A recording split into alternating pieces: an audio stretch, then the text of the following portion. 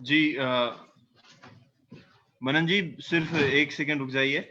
जी जी। जब तक साधकों से रिक्वेस्ट है कि वो गायत्री मंत्र मन ही मन जपते रहें। थोड़ा मैं गायत्री महामंत्र के विषय में और आपको विशेष प्रकाश डाल दूं। देखिए, गायत्री महामंत्र में मुख्यतः शुरू में 3 व्याहृतियां हैं, जैसे भूः, भुवः, स्वः। तो ये 3 व्याहृतियां हैं, 3 प्रकार के लोक की बात की जाती है। इसमें त्रिवेद सम्मिलित हैं, त्रिलोक हैं, इस प्रकार की चर्चा है।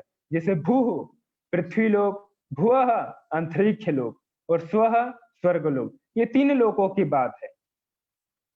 और यदि हम देखें, वेद के आधार पर देखें तो भूः ऋग्वेद, भुवः यजुर्वेद, स्वः सामवेद। इस प्रकार प्राण की बात करें तो भूः प्राण, भुवः अपान, स्वः व्यान। तो ये जो संपूर्ण विद्या है, एक प्रकार की जो पूर्ण योग की बात है, जो पूर्ण विद्या की बात है, इससे इतर और कोई योग है ही नहीं, कोई विद्या है ही नहीं। इसमें ही सभी विद्याएं सम्मिलित हो जाती हैं। और मैं आपको एक छोटा सा मेरी जो पीएचडी का विषय है यही गायत्री महामंत्र है। मैंने अपने पीएचडी का विषय भी गायत्री महामंत्र ले रखा है और इसी पर ही मैं पीएचडी कर रहा हूँ। और तत्सवितुर्वरेण्यम भर्गो देवस्य धीमहि धियो यो नः प्रचोदयात्।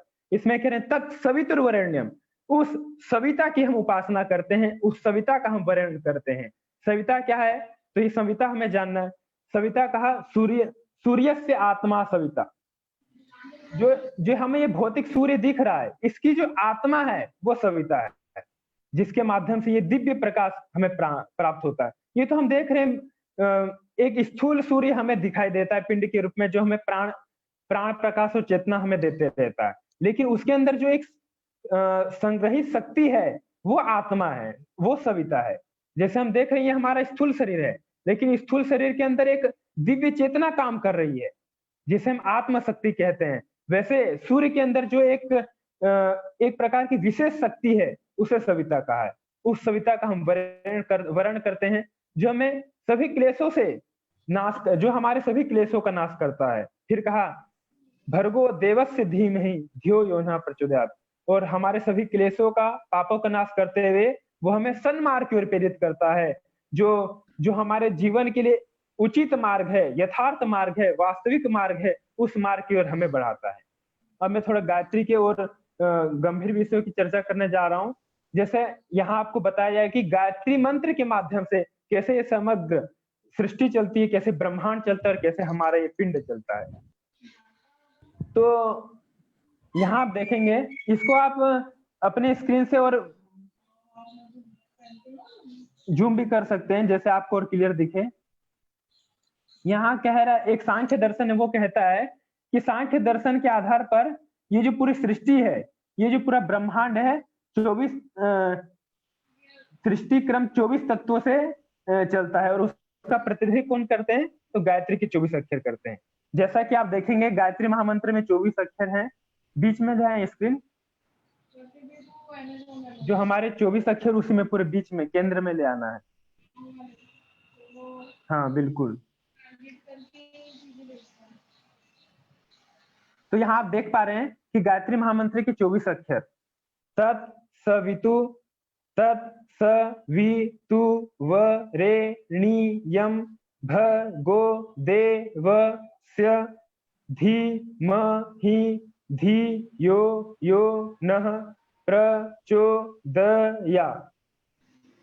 ऐसा करके पूरी ये 24 अक्षर हैं।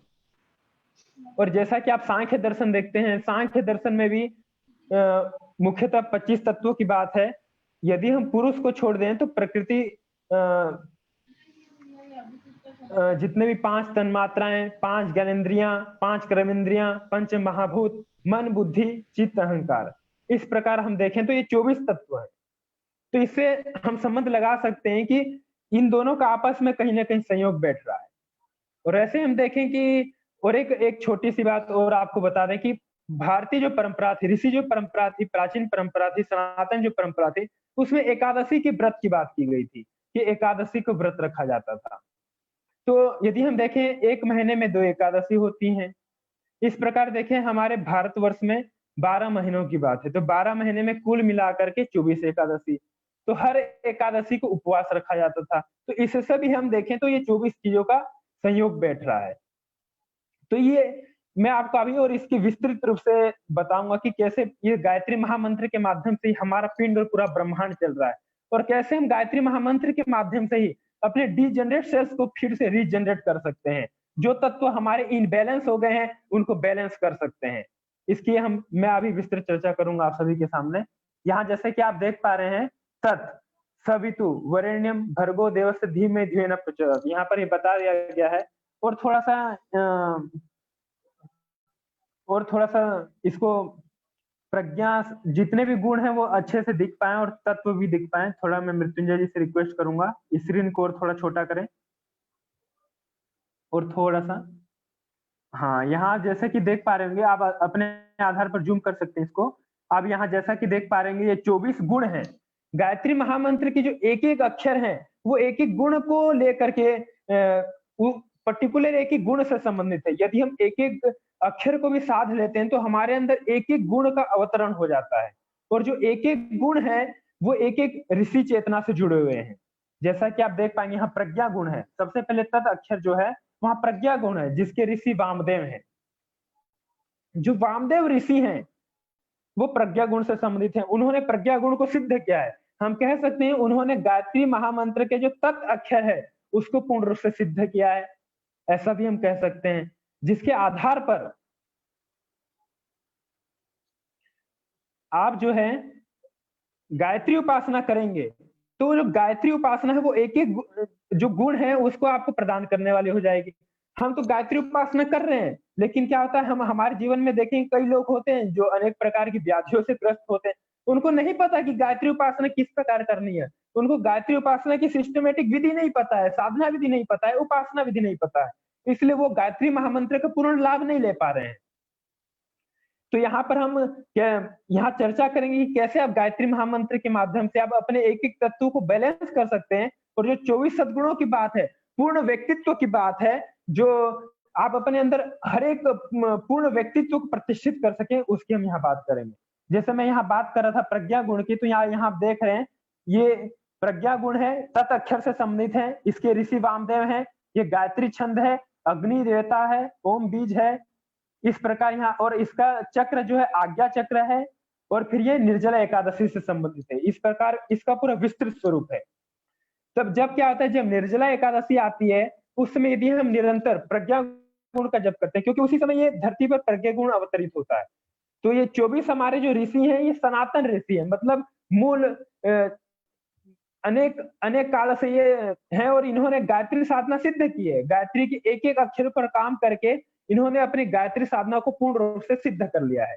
तो जब प्रज्ञा गुण अवतरित होता है निर्जला एकादशी के समय, और उसी समय यदि हम 15 दिन तक लगातार केवल प्रज्ञा गुण के लिए गायत्री मंत्र का जप करें, तो जो हमारी प्रज्ञा है अनंत गुणा वेगवान हो जाएगी, हम प्रज्ञावान हो जाएंगे। जैसे इसका एक विधान है, पर डे यदि आप 16 माला, एक माला में 108 गायत्री मंत्र होते हैं, यदि आप पर डे 16 माला गायत्री महामंत्र जपेंगे तो 15 दिन में आपका 24 का अनुष्ठान पूरा हो जाता है। इस प्रकार जो 24 एकादशी है, अभी पूरा मैं बात करूंगा एक एक गुणों की स्पेशल बात करूंगा, तो वैसे ही आपका 24,000 का अनुष्ठान पूरा हो गया। और आपका क्या हुआ, आप जो आज्ञा चक्र है उसमें आप जप करेंगे निरंतर ध्यान करते हुए, प्रज्ञा गुण आपका डेवलप हो रहा है, आज्ञा चक्र में आपका पूर्ण रूप से ध्यान रहेगा, और यहाँ आप गायत्री महामंत्र का जप करेंगे। और भाव ये रहेगा गायत्री महामंत्र के माध्यम से कि आपका प्रज्ञा गुण विकसित हो रहा है, प्रज्ञा गुण विकसित हो रहा है। यदि हम एक एक गुण की उपासना कर लें तो एक एक गुण यदि हमारे अंदर आ जाएंगे, तो इसका आप देखेंगे यहाँ पृथ्वी तत्व है, प्रज्ञा गुण से संबंधित कौन सा तत्व है, पृथ्वी तत्व है। तो इससे हमारा लाभ क्या होगा, पृथ्वी तत्व शोधन हो जाएगा। सबसे पहले पृथ्वी तत्व का शोधन होगा, फिर पृथ्वी तत्व की वृद्धि होगी, और अंत में जो पृथ्वी तत्व है वो सिद्ध हो जाएगा। तो इससे क्या है, पृथ्वी तत्व से जिन लोगों को किसी प्रकार की कोई बीमारियां हैं वो भी दूर हो जाएंगी। जैसे हम देखते हैं जिन लोगों का पृथ्वी तत्व असंतुलित होता है उनको मोटापा और अनेक प्रकार की बीमारियां होती हैं। तो इससे हमें क्या लाभ मिल रहा है कि केवल हम गायत्री उपासना से ही अपने तत्वों को बैलेंस कर पा रहे हैं, अपने सद्गुणों को विकसित कर पा रहे हैं, और जो चक्रों का जो ध्यान है, चक्र जागरण की जो बात है, वो चक्र जागरण भी हम कर पा रहे हैं। और यहाँ आप देखेंगे आज्ञा चक्र में जो धनंजय प्राण है वो भी हमारा विकसित होता है। तो प्राणों पर अधिकार भी हो रहा है। मतलब एक ऐसी साधना जो आपको संपूर्ण सभी चीजें प्रदान कर रही है, वो है गायत्री साधना। इस गायत्री साधना के माध्यम से आप अपने सद्गुणों का विकास भी कर रहे हैं। जैसे प्रज्ञा गुण की मैंने बात की, आप प्रज्ञा गुण का विकास कर रहे हैं, आज्ञा चक्र में ध्यान कर रहे हैं, आपका ध्यान भी विकसित होगा, पृथ्वी तत्व का संतुलन भी होगा।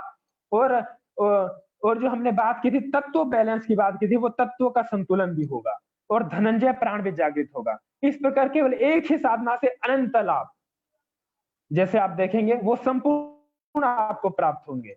अब हम सेकंड में ले आए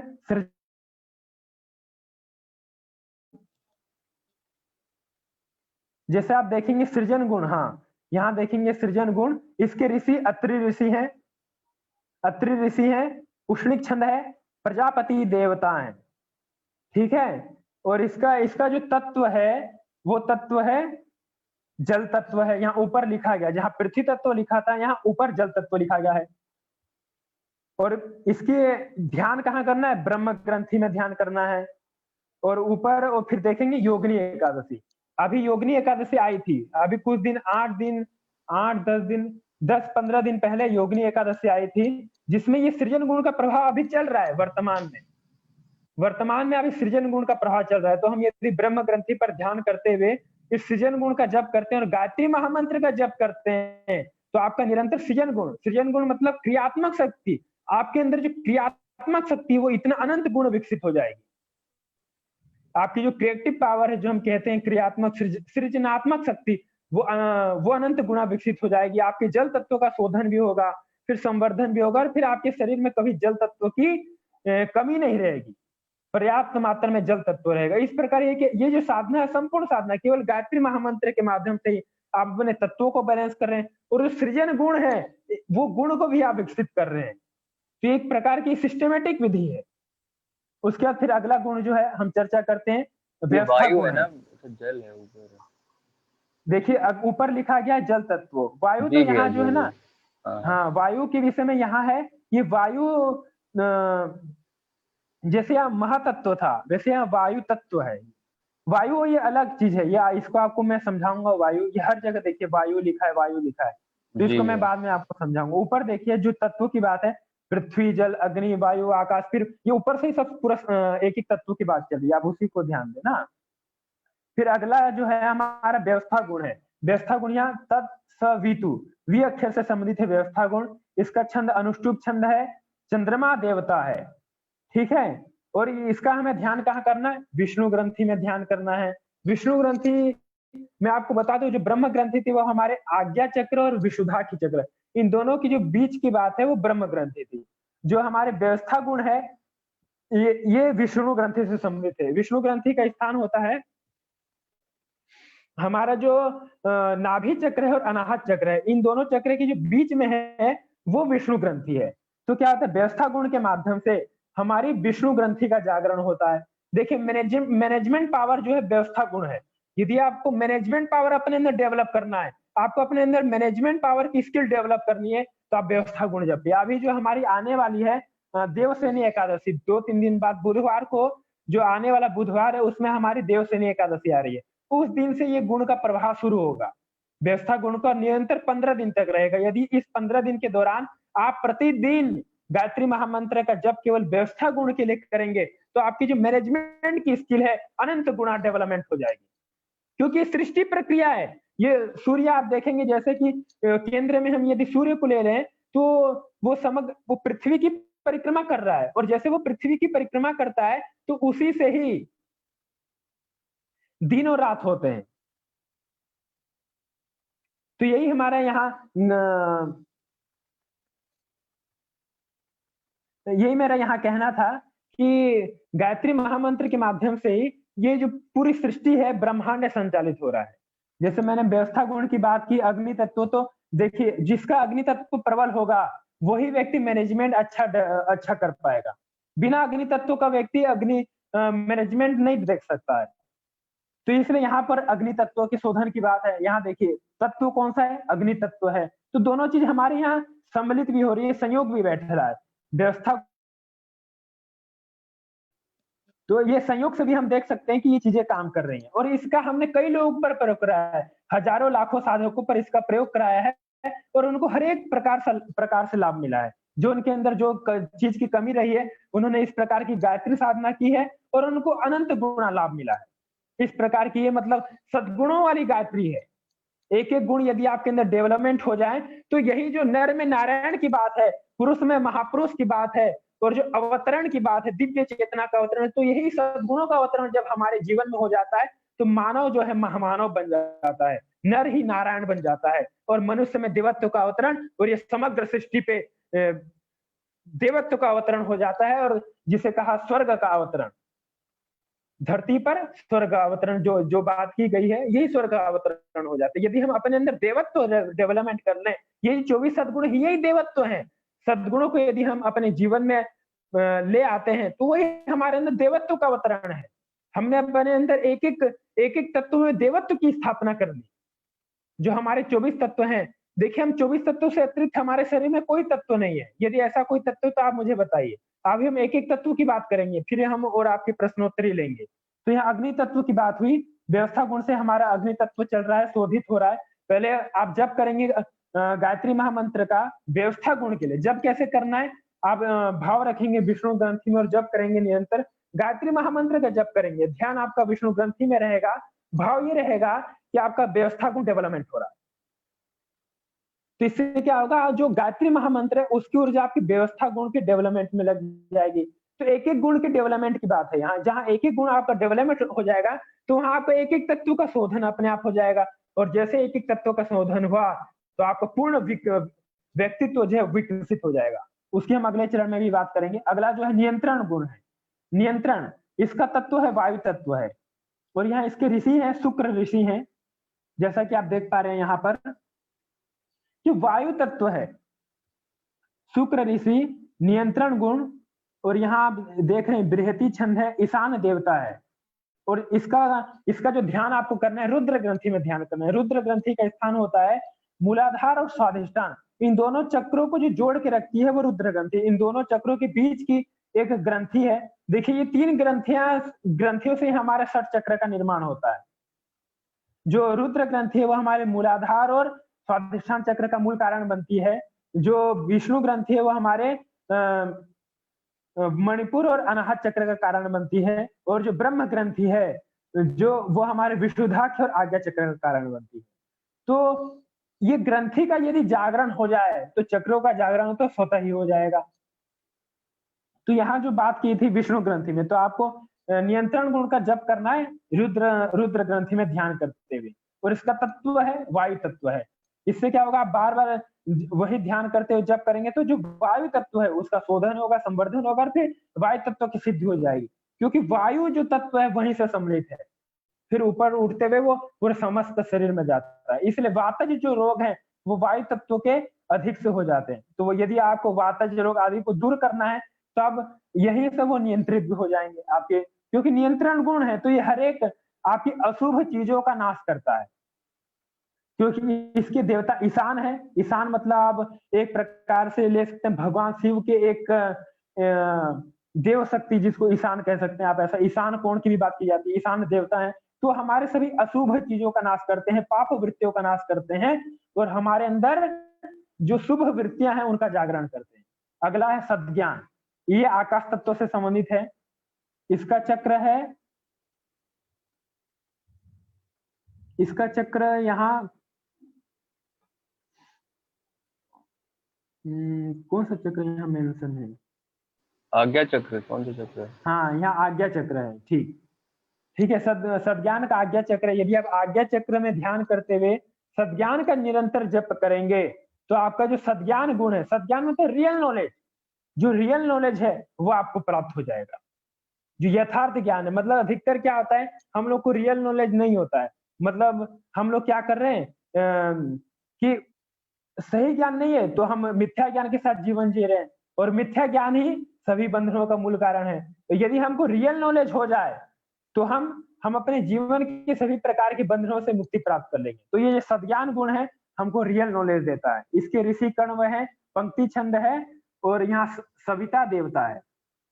ये हमको रियल नॉलेज देने वाला है। तो ये पूरा गायत्री महामंत्र का विस्तृत ज्ञान है। और अभी मैं संक्षिप्त में अभी ले लूंगा, फिर मैं रोगों की बात करूंगा, आप कैसे केवल गायत्री महामंत्र के माध्यम से अनंत प्रकार के रोगों को दूर कर सकते हैं।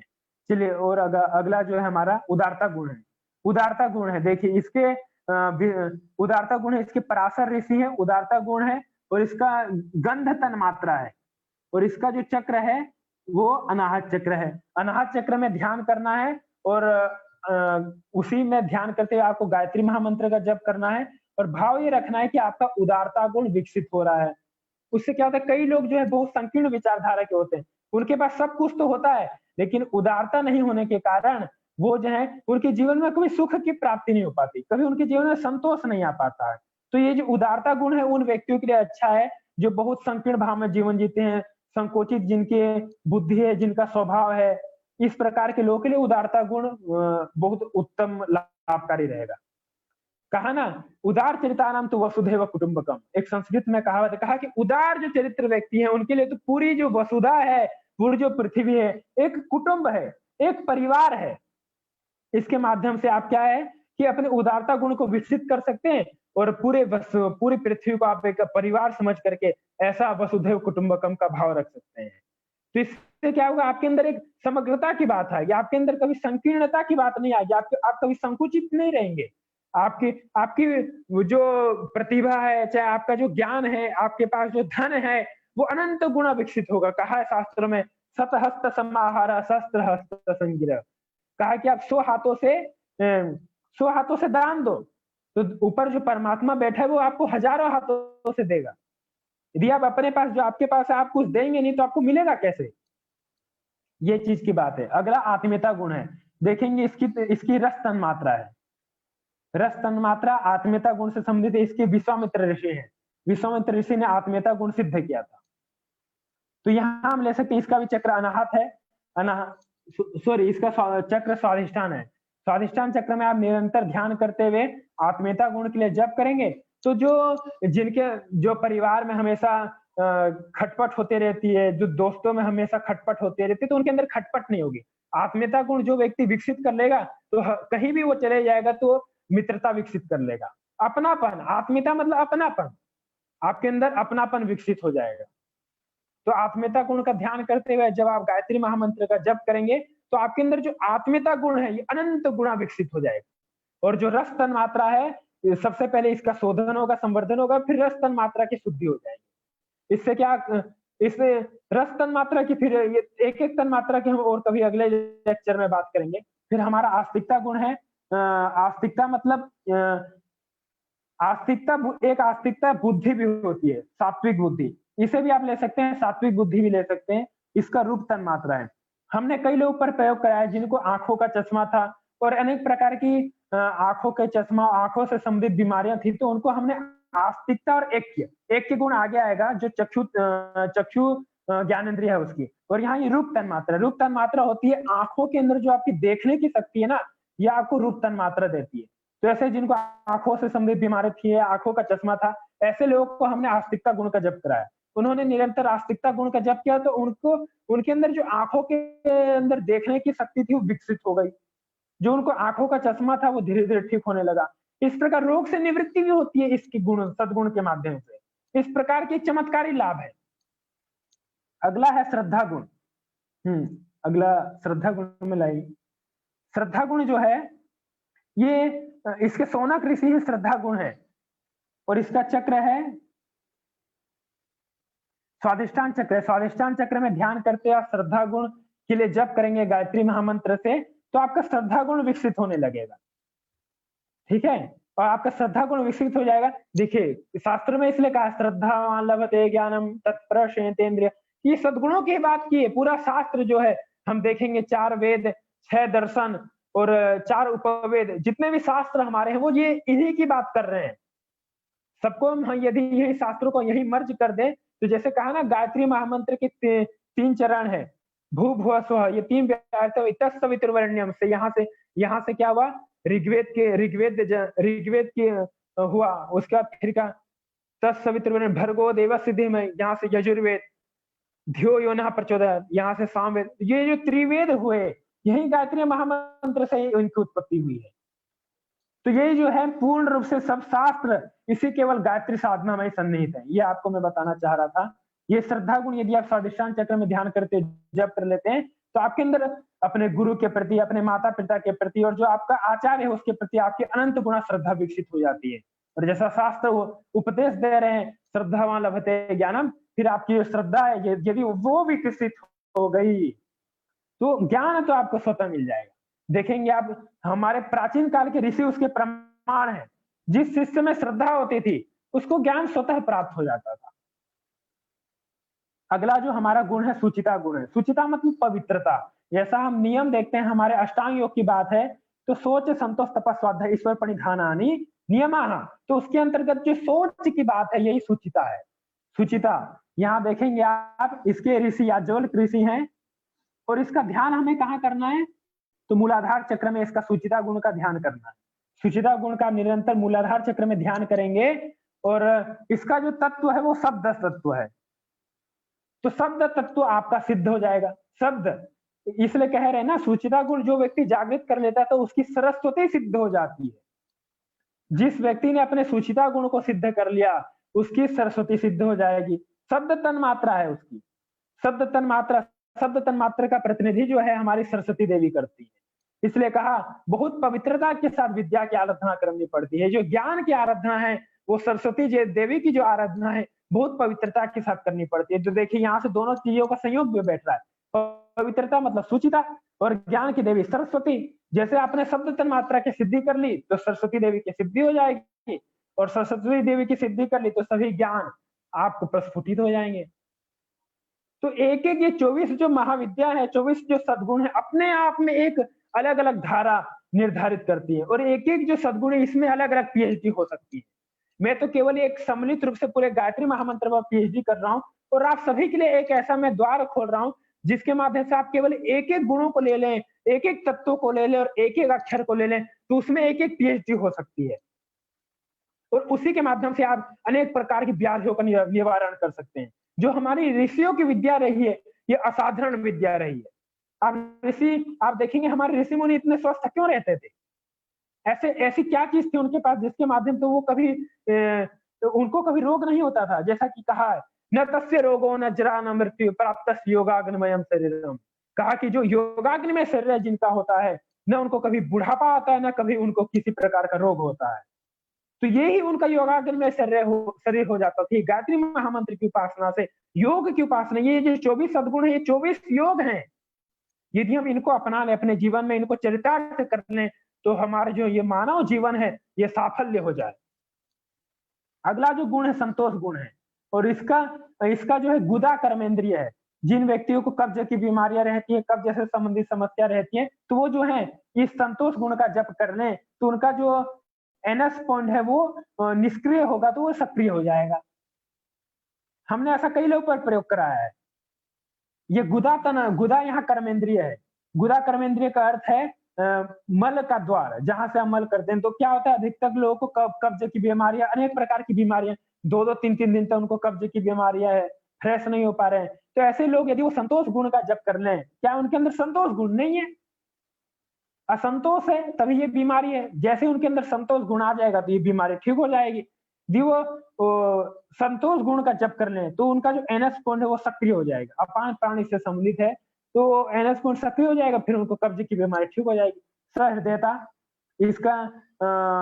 इसकी जो कर्मेंद्रिय है ये है उपस्थ कर्मेंद्रिय। अधिकतर क्या होता है लोग गृहस्थ में जाते हैं लेकिन उनका गृहस्थ नहीं छटता है। तलाक और आदि जो चीजें हैं सहृदयता गुण के अभाव के कारण ही होती है। जो व्यक्ति गृहस्थ में है यदि वो अच्छे से सहृदयता गुण का पालन कर ले तो उनका गृहस्थ बहुत अच्छा रहेगा। तो पति पत्नी के बीच कभी तलाक की बात नहीं आएगी, कभी उनके परस्पर प्रेम में किसी प्रकार का कमी नहीं रहेगी। तो सहृदयता गुण इसका प्रतीक है। इसकी जो इंद्रियां हैं उपस्थ कर्मेंद्रिय है, इनके माध्यम से उनका गृहस्थ अच्छे से सधेगा। अब सत्य जो गुण है इसकी कर्मेंद्रिय पैर कर्मेंद्रिय है। कहा ना ऋतंभरा प्रज्ञा की बात की, सत्य को धारण करने वाली प्रज्ञा। जैसे ये 12 गुण हो गया, अभी 30 नंबर गुण आया है। मैं आपको बता दूं ये एक गुण पहले और दूसरे का संबंध है। पहला नंबर जो हमारा गुण था प्रज्ञा और 13वां नंबर जो गुण है हमारा सत्य, ये दोनों आपस में रिलेटिव है, दोनों का आपस में संयोग है। वैसे जो देखेंगे दूसरा नंबर जो हमारा गुण है सृजन, और 14वां नंबर जो गुण है पराक्रम, इन दोनों का आपस में संयोग है। मतलब जिस व्यक्ति के अंदर सृजन रहेगा उसके अंदर पराक्रम गुण रहना आवश्यक है, जो व्यक्ति प्रज्ञावान रहेगा उसके अंदर सत्य रहना आवश्यक है। इसलिए तो हमारे महर्षि पतंजलि ऋतंभरा प्रज्ञा की बात कर रहे हैं, सत्य को धारण करने वाली प्रज्ञा। आपके अंदर प्रज्ञा कैसी हो, तो सत्य को धारण करने वाली हो। तो जो व्यक्ति सत्य और प्रज्ञा दोनों को लेकर चलेगा तो उसकी ऋतंभरा प्रज्ञा जागृत हो जाएगी। तो यहाँ हम जो सत्य की बात कर रहे थे, पैर कर्मेंद्रिय है इसकी। और क्या हमने कई लोगों पर प्रयोग किया जिनको पैरों से संबंधित समस्या है, या किसी प्रकार के पैरों में दर्द है, किसी प्रकार की समस्या है, वो इसका जो चक्र है, जो चक्र विशुद्धा के चक्र है, वो इस विशुद्धा के चक्र में सत्य गुण का ध्यान करते हुए गायत्री महामंत्र का जप कर लें। तो इससे क्या होगा, उनको जो पैरों से संबंधित समस्या है वो ठीक हो जाएंगी, और आपकी ऋतंभरा प्रज्ञा का भी उदय होगा। प्रज्ञा गुण का भी जप करना पड़ेगा, साथ ही सत्य गुण का भी जप करना पड़ेगा। ध्यान चक्र में रहेगा, विशुद्धा के चक्र में मंत्र गायत्री महामंत्र रहेगा। गायत्री महामंत्र के माध्यम से सत्य गुण का ध्यान करते हुए आप गायत्री महामंत्र जपेंगे। इसके माध्यम से सत्य गुण आपका विकसित होगा। जैसे जैसे सत्य गुण विकसित होता जाएगा, आपकी जो पैर से संबंधित समस्याएं हैं वो ठीक होते जाएंगी, और आपके अंदर प्रज्ञा का उदय होता जाएगा। वैसे ही फिर आता है पराक्रम। पराक्रम आप जानते ही हैं, युद्ध कौशल के लिए पराक्रम गुण आवश्यक है। जो व्यक्ति क्षत्रिय है, यदि वो पराक्रमी हो गए तो फिर हमारे देश की रक्षा तो बहुत अच्छे तरीके से होने लगी।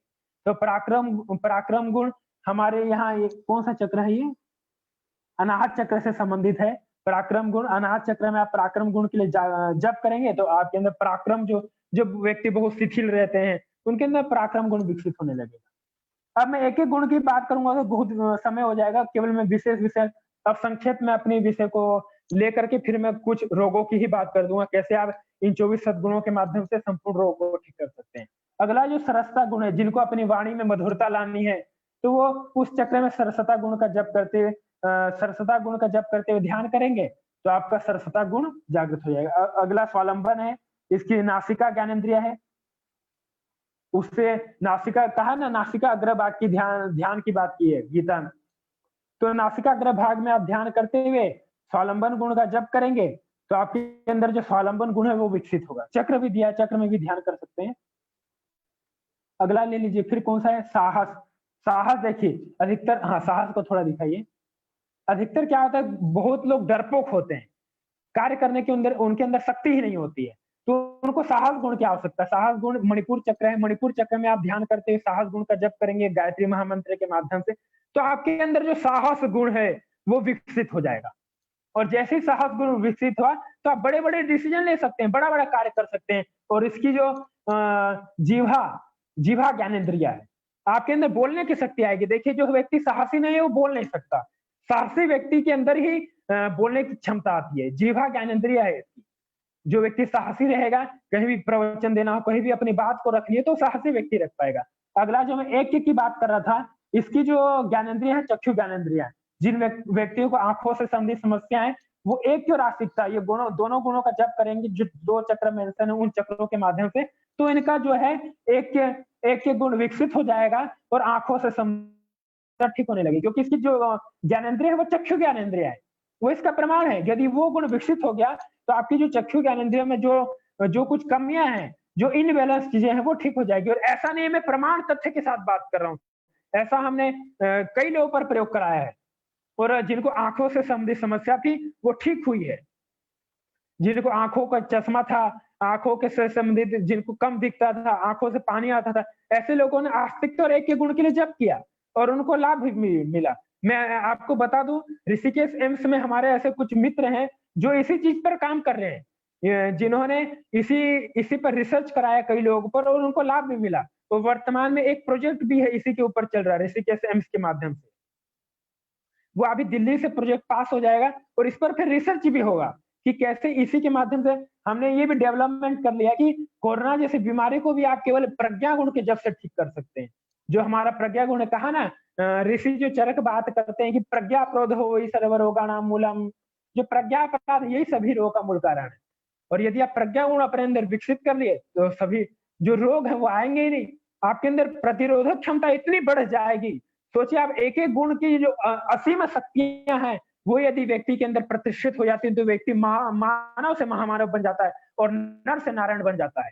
अगले में जो बात कर रहा था प्रश्न की संयम गुण है, सेम गुण यदि आपके अंदर आ जाते हैं आप संयमी बन जाएंगे। अब मैं संक्षेप में विषय को ले रहा हूँ फिर आपको और विस्तृत चीजों की जानकारी दूंगा। सहकारिता जो है हमारे कर्ण इंद्रिय से संबंधित है, जिनको कम सुनता है वो सहकारिता गुण का जप करें तो उनको सुनना ठीक अच्छे से वो सुन सकेंगे, श्रवण शक्ति उनकी विकसित हो जाएगी। श्रमशीलता, श्रमशीलता जो गुण है, जो व्यक्ति बहुत सहकारिता गुण है, आपस में मिलजुल के कार्य करना जिनको वो सहकारिता गुण से करेंगे तो जब करेंगे तो आपस में मिलजुल कर कार्य कर पाएंगे। समशीलता, ये जो है मन है इसका, अधिकतर क्या होता है कई लोग आलसी प्रकार के होते हैं, प्रमादी प्रकार के, यदि वो श्रमशीलता गुण के लिए जप कर लें तो उनका जो है मन बहुत क्रियाशील हो जाएगा, इतना क्रियाशील हो जाएगा कि वो कोई भी कार्य करना चाहेंगे तो तुरंत उसको परिणाम तक पहुंचा देंगे। अधिकतर क्या होता है कई लोग तो कार्य तो शुरू कर देते हैं लेकिन आलस प्रमाद के कारण बीच में ही कार्य को रोक देते हैं। यदि श्रमशीलता गुण आपके अंदर विकसित हो जाए, श्रमशीलता गुण को यदि आप जप कर लें तो आपका मन अपने आप ऑटोमेटिक सिद्ध हो जाएगा। इसके मैं अवतार की बात करूं तो इसके कृष्ण है, देखिए कृष्ण भगवान इसके रहे हैं, प्रतिनिधि यहाँ लिखा है ना कृष्ण, ये 24 अवतारों की बात है। कृष्ण भगवान को ये श्रमशीलता गुण सिद्ध था, इसलिए वो मन के अधिपति कहे जाते हैं। उन्होंने सभी के मन पर विजय प्राप्त की थी भगवान श्री कृष्ण ने, इसलिए हम उनको एक अच्छे आदर्श के रूप में, महापुरुष के रूप में देखते हैं। जो व्यक्ति श्रमशीलता गुण को सिद्ध कर लेगा तो उसका मन जो है बहुत क्रियाशील हो जाएगा, बहुत वेगवान हो जाएगा। और मन की शक्ति तो आप जानते ही हैं मित्रों, जब मन को आप केंद्रित कर लेते हैं तो वो बड़े से बड़े ज्वालामुखी बन करके आप जो कार्य करना चाहेंगे उस कार्य में आपको सफलता देगा। अंतिम के जो 4 गुण है मित्रों, ये विद्यार्थियों के लिए बहुत इंपॉर्टेंट है। श्रमशीलता, सादगी, शील और समन्वय, ये जो 4 गुण है, जो विद्यार्थी इन 4 गुणों की उपासना कर ले तो उसको अपने जीवन में किसी प्रकार की कोई कमी नहीं रहेगी। अगला जो है सादगी, आपको बात कर दे सादगी तो इसके जो दुर्वासा ऋषि है, बुद्धि इसकी ज्ञान, बुद्धि इसकी तन्मात्रा है। जो व्यक्ति सादगी, देखते हैं हम बहुत लोगों की बुद्धि निम्न कोटि की होती है, जिनको अपनी बुद्धि को बहुत विकसित करना है, चक्र दिया गया है, उस चक्र में आप गायत्री महामंत्र के लिए सद्गुण से जप करेंगे तो जो आपकी बुद्धि है वो अनंत गुणा विकसित हो जाएगी। इसके ऋषि दुर्वासा है, दुर्वासा ऋषि इसके प्रमाण है। उनकी बुद्धि एकदम प्रचंड थी, तुरंत किसी प्रकार का कोई डिसीजन लेना, किसी प्रकार का कोई कार्य करना, उनकी बुद्धि इतनी प्रचंड थी कि वो कई लोग उनकी इतनी प्रचंड मेधा शक्ति को सहन भी नहीं कर पाते थे। तो ऐसी मेधा शक्ति डेवलपमेंट हो जाएगी, बुद्धि इतनी प्रखर हो जाएगी। अगला जो शील गुण है, चित्त तन्मात्रा है, थोड़ा दिखाइए मृत्युंजय जी इधर, जैसे हम देख पाए विस्तृत रूप से। शील तन्मात्रा इसकी चित्त है, शील के माध्यम से आपके चित्त पर नियंत्रण हो जाएगा, आप अपने चित्त पर विजय प्राप्त कर पाएंगे, क्योंकि जो शील गुण है उसका वो प्रतिनिधि कर रहा है चित्त का, और हमारे जितने संस्कार हैं वो सब चित्त गुण में सन्निहित है। आपको यदि अपने संस्कारों का नाश करना हो, आपको यदि अपने कर्मों का नाश करना हो तो इसके लिए आप निरंतर शील गुण का जप करेंगे तो आपके कर्मों का नाश हो जाएगा, आपके संस्कारों का नाश हो जाएगा। और जो शील गुण है वो कैचिंग पावर है, स्मरण शक्ति को कैच करता है। आपके अंदर देखते हैं कई विद्यार्थियों को क्या होता है, स्मरण शक्ति नहीं है, वो स्मरण शक्ति नहीं बढ़ पाती, वो कैचिंग पावर उनका बड़ा कमजोर है। तो आप केवल शील गुण का जप करिए। चक्र इसका आज्ञा चक्र है, आज्ञा चक्र में यदि आप शील गुण का निरंतर जप करेंगे तो आपकी जो मेधा शक्ति है, जो आपके चित्त की कैचिंग पावर है, वो कई गुणान्वित गुणा विकसित हो जाएगी। और मैं ये तथ्य प्रमाण के आधार पर कह रहा हूँ, ये मैं पिछले 3 वर्षों से इसकी साधना कर रहा हूँ, और मैंने ही नहीं कई लाखों साधकों ने इसके लाभ उठाए हैं। मेरे से जितने लोग जुड़े हैं वो निरंतर इसकी साधना कर रहे हैं, निरंतर इसकी उपासना कर रहे हैं, और कई लोगों ने इससे अनेक प्रकार की नौकरियां प्राप्त की हैं, कई लोगों ने अनेक प्रकार के अपने प्रतिभाओं को बढ़ाया है, कई लोगों ने इससे अपने रोजगार प्राप्त किए हैं, कई लोगों ने इससे अपने अनेक प्रकार के व्याधियों का निराकरण किया है, अनेक प्रकार के अपने रोगों की निवृत्ति की है। तो ये जो विद्या है ये आत्मनिर्माण और युग निर्माण की विद्या है, राष्ट्र निर्माण की विद्या है। सबसे पहले इस विद्या के माध्यम से हम अपने व्यक्तित्व का निर्माण कर सकते हैं, और फिर अंत में राष्ट्र निर्माण, जो आचार्य चाणक्य राष्ट्र निर्माण की बात करते हैं, इसी विद्या के माध्यम से हम राष्ट्र निर्माण कर सकते हैं। ये सामान्य विद्या नहीं है मित्रों। पहले हम अपने इन 24 गुणों को अपने अंदर जागृत कर लें, प्रतिष्ठित कर लें, तो इससे अतिरिक्त और कुछ है नहीं। देखिए 24 तत्व हैं जिससे हमारा शरीर चलता है, आप कोई बता दीजिए इससे अतिरिक्त तो कोई तत्व हो तो मैं मान लूं। इन 24 तत्वों से ही हमारा शरीर चल रहा है। ये जो 5 ज्ञानेंद्रियां जो हमारे शरीर में है, आंख, कान जो आप देख रहे हैं, 5 कर्मेंद्रियां जिससे हम कार्य करते हैं, 5 तन्मात्राएं, पंच महाभूत, मन बुद्धि चित्त अहंकार, इन 24 तत्वों से हमारा शरीर चलता है और इसी से ही पूरा ब्रह्मांड, पूरी समष्टि चल रही है, पूरी सृष्टि इन 24 तत्वों से चल रही है। इनके अतिरिक्त कुछ है नहीं। और एक एक तत्व को यदि हम शुद्ध कर लें, ये क्या हमारे जब हमारा जन्म हो जाता है तो नाना प्रकार के हमारे चित्त में संस्कार हैं, जिसके माध्यम से हमारा जो तत्व असंतुलित हुआ तो उससे संबंधित हमारी बीमारियां हो जाती हैं, या हमने जन्म जन्मांतरों में किसी तत्व का इनबैलेंस करके किसी तत्व से गलत काम किए। जैसे मैं उदाहरण ले लूं, किसी व्यक्ति ने आंखों से दुष्कर्म किया है, आंखों से गलत चीजें देखे, तो उस व्यक्ति को आंखों से संबंधित समस्या हो जाती है। किसी व्यक्ति ने कानों से गलत चीजों का श्रवण किया है तो उसको करने से संबंधित बीमारियां हो गई। किसी व्यक्ति ने अपने हाथों का बहुत दुरुपयोग किया तो उसको हाथों से संबंधित बीमारियां हो गई। किसी व्यक्ति ने अपने पैर का बहुत दुरुपयोग किया है, पैर से किसी को, ब्राह्मणों को मारा या बहुत लोगों को मारा है तो उसको पैर से संबंधित व्याधियां हो गई। जिस इंद्रिय से हमने जो गलत कार्य किया, जिस तत्व से हमने जो गलत कार्य किया, उस तत्व से संबंधित, उस इंद्रिय से संबंधित हमको अनेक प्रकार की व्याधियां हो जाती है।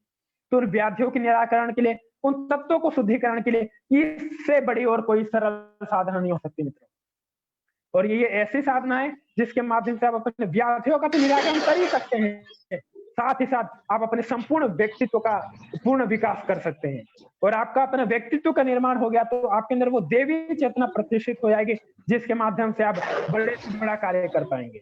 जैसा कि हम देखते हैं, पुरुष से व्यक्ति महापुरुष कब बन जाता है? जब वो किसी प्रकार की साधना देखते हैं। भगवान श्री कृष्ण ने 12 साल तक बद्रीनाथ में तपस्या की थी, तब वो योगीराज कहलाए। भगवान श्री राम की हम बात करते हैं तो उन्होंने 14 साल तक वनवास काटा था और वनवास में उन्होंने बहुत प्रचंड तप किया, तब जाके वो मर्यादा पुरुषोत्तम श्री राम कहलाए। जितने भी हम योगियों की बात कर लें, जितने भी हम महापुरुषों को ले लें, तो तब के माध्यम से ही उन्होंने शक्तियां अर्जित की है और तभी वो पुरुष से महापुरुष और नर से नारायण कहलाए। तो मित्रों, यदि हमको अपने जीवन में उपलब्धियों को पाना है, यदि हमको भी अपने अंदर नर से नारायण बनना है, पुरुष से महापुरुष बनना है और हमको अपने अंदर उन देवी चेतना का अवतरण कराना है, उन दिव्य शक्तियों का अवतरण कराना है, तो मित्रों इस प्रकार की साधना को आपको अपनाना पड़ेगा, तभी आप अपने जीवन को महान बना सकते हैं। और जो हमारे राष्ट्र निर्माण की बात है, तभी हमारा जो राष्ट्र है वो विकसित होगा और जो हमारा भारत देश, जो इसी विद्याओं के माध्यम से, इन्हीं विद्याओं के माध्यम से कभी जगत गुरु था, फिर से वो जगत गुरु के नाम से प्रतिष्ठित होगा। अब कोई प्रश्न हो तो वो प्रश्न मैं ले लेता हूँ, अपनी बात यहीं समापन करता हूँ। महेंद्र भैया प्रणाम। प्रणाम प्रणाम। मैं जवेश बोल रहा हूँ। मेरा ये है कि जैसे अभी हम बात कर रहे थे कि एक एक गुण का जो है हमें जप करना है, ठीक है। और आपने ये बात बताई कि 15 दिन तक जो है लगातार हम 16 माला करें, तो इसका जो प्रोसीजर है वो मुझे समझ नहीं आया। जैसे मान लीजिए अगर हमें सृजन का गुण अपने अंदर जो है विकसित करना है, तो मतलब किस तरह से फिर जप करेंगे कि सृजन का जो गुण है वो विकसित? वो दिया गया चक्र आपका दिया गया ब्रह्म ग्रंथि, आप ब्रह्म ग्रंथि में ध्यान करेंगे और गायत्री महामंत्र से जप करेंगे। जप क्या रहेगा आपका? गायत्री महामंत्र का जप करेंगे और भाव ये रहेगा कि आपका सृजन गुण विकसित हो रहा है। देखिए 3 चीजें हैं, मन से आप जप कर रहे हैं, जो भाव है वो सृजन गुण का है कि सृजन गुण गायत्री महामंत्र के माध्यम से विकसित हो रहा है, और जो चक्र है उस चक्र में आपका ध्यान है। चक्र में गायत्री महामंत्र का ध्यान करते हुए आप जप कर रहे हैं, भाव यह है कि सृजन गुण उस गायत्री महामंत्र के से विकसित हो रहा है। और इसका विनियोग भी है, जो 21 पेज की जो पीडीएफ है, मैं मृत्युंजय जी से रिक्वेस्ट करूंगा वो थोड़ा यहाँ शो करवा दें, तो मैं थोड़ा और आपको अच्छे से प्रोसीजर बता दूं कि कैसे आप अपने सद्गुणों को उसके माध्यम से और अच्छे से डेवलपमेंट कर सकते हैं। मृत्युंजय जी, इसी के साथ एक और सवाल है कि कब जो है किस गुण का जो है जप करना चाहिए? हाँ देखिए, जो एकादशी कही गई है, बिल्कुल बहुत अच्छा प्रश्न है। जब जो एकादशी कही हुई है, जैसे निर्जला एकादशी है, तो उस समय आप उस प्रज्ञा गुण का जप आरंभ कीजिए 15 दिन तक। फिर योगिनी एकादशी अभी चली रही है, योगिनी एकादशी से 15 दिन, ये जो समय सृजन गुण के लिए सबसे अधिक है। उसके बाद अभी 2-3 दिन बाद देवशनी एकादशी आने वाली है, उससे हमारा व्यवस्था गुण शुरू हो जाएगा। फिर उसके 15 दिन बाद और एक एकादशी, ये संपूर्ण साधना है, पूरे वर्ष भर की साधना है। इससे क्या होगा? आपका संपूर्ण विकास हो जाएगा। 24 एकादशी के माध्यम से आप तो एकादशी को तो लाभ ले ही लेंगे, सद्गुणों का भी लाभ ले लेंगे, तत्वों का भी लाभ ले लेंगे, प्राणों का भी लाभ ले लेंगे, चक्रों का भी लाभ ले लेंगे। इस प्रकार के आप सब पूर्ण व्यक्तित्व विकसित हो जाएगा। इस प्रकार के पूरे वर्ष भर की साधना है। और मान लीजिए चलिए किसी व्यक्ति का कोई गुण अधूरा है, किसी को चलिए मान लीजिए उसको कुछ नहीं चाहिए, उसको मैनेजमेंट चाहिए, तो केवल वो हमेशा मैनेजमेंट की जब कर ले, उसकी मैनेजमेंट स्किल इतनी अच्छी हो जाएगी कि केवल वो एक धारा में इतना विकास कर लेगा कि उसका ताबड़तोड़ कोई कोई उसका वो नहीं रहेगा। भैया मान एक लीजिए चीज, मतलब कई तमाम प्रश्न हो गए मेरे। तो मैं ये हाँ, कहता था कि जैसे मान लीजिए आपने 1 वर्ष तक ये साधना पूरी कर ली, ठीक है, उसके बाद आपके 24 गुण विकसित हो गए, हाँ, ठीक है, हाँ। उसके बाद भी मतलब इस साधना का फिर क्या, फिर इसी उस पे चलना है कि जैसे एक दिन में 16 माला नहीं, करनी नहीं, है या इसी कम के ज्यादा आधार पर करनी आप चलते रहेंगे, क्योंकि वर्ष भर में पूरा ये जैसे सूर्य है पूरी पृथ्वी की परिक्रमा कर रहा है, है? हाँ, तो पूरा उसी से दिन रात हो रहे हैं, पूरा सृष्टि क्रम चल रहा है। तो वैसे ही वैसे ही ये जो विद्या, ये जो गुण है, जैसे देखिए कभी कभी धूप होती है, कभी बरसात आता है, कभी ठंड होती है, ये क्यों हो रहा है? सूर्य जैसे पृथ्वी की परिक्रमा कर रही है, उसी से दिन रात हो रहे हैं, उसी से कभी बरसात हो जाती है, उसी से कभी छांव हो जाती है, उसी से कभी ठंड आ जाती है। तो वैसे ही ये तत्वों की बात है, वैसे ही ये गुणों की बात है। जितना आप सिस्टमेटिक चलेंगे उतना सिस्टमेटिक ये गुण भी विकसित होंगे। तो यदि मान लीजिए किसी को कोई विशेष रूप से चाहिए, तो आप उसको स्पेशल जप कर लीजिए, वो गुण विकसित हो जाएगा। ठीक है। अब कैसे ये मालाओं की उपास मात्रा कम ज्यादा हो सकती है या फिर हाँ, हाँ, बिल्कुल कर कि सकते हैं। 16 हाँ, है तो 3 16 गोल ही करनी है? बिल्कुल नहीं, 3 माला, 5 माला, 10 माला, 11 माला, जो व्यक्ति जितना कर एफर्ट कर सकता है उसके आधार पर वो कर सकता है। ठीक है भैया, धन्यवाद। अब हुँ, जी प्रणाम भैया। प्रणाम, मेरा प्रणाम। क्वेश्चन ये है कि हमने एक बार तो किसी गुण को विकसित कर लिया, बट जो चीजें होती है कि आप एक बार विकसित कर लेते हो बट उसको मेंटेन कुछ करना नहीं, होता मैं है। ऐसे कह दूं, तो मम्मी ये का कब फोन आ तक रहा है, वो जरा पूछ चीजें लेते आप हैं। में विकसित रहती है, या फिर आप हर साल उस टाइम में जब उस तत्व की प्रधानता बढ़ रही है, जब वो आपका टाइम है उस तत्व को बनाने का, तो वो हर साल आपको करना पड़ेगा ताकि वो आप में मेंटेन रहे, या आप एक बार कर रहे हैं तो आपकी इतने साल तक वो मेंटेन हो जाती है?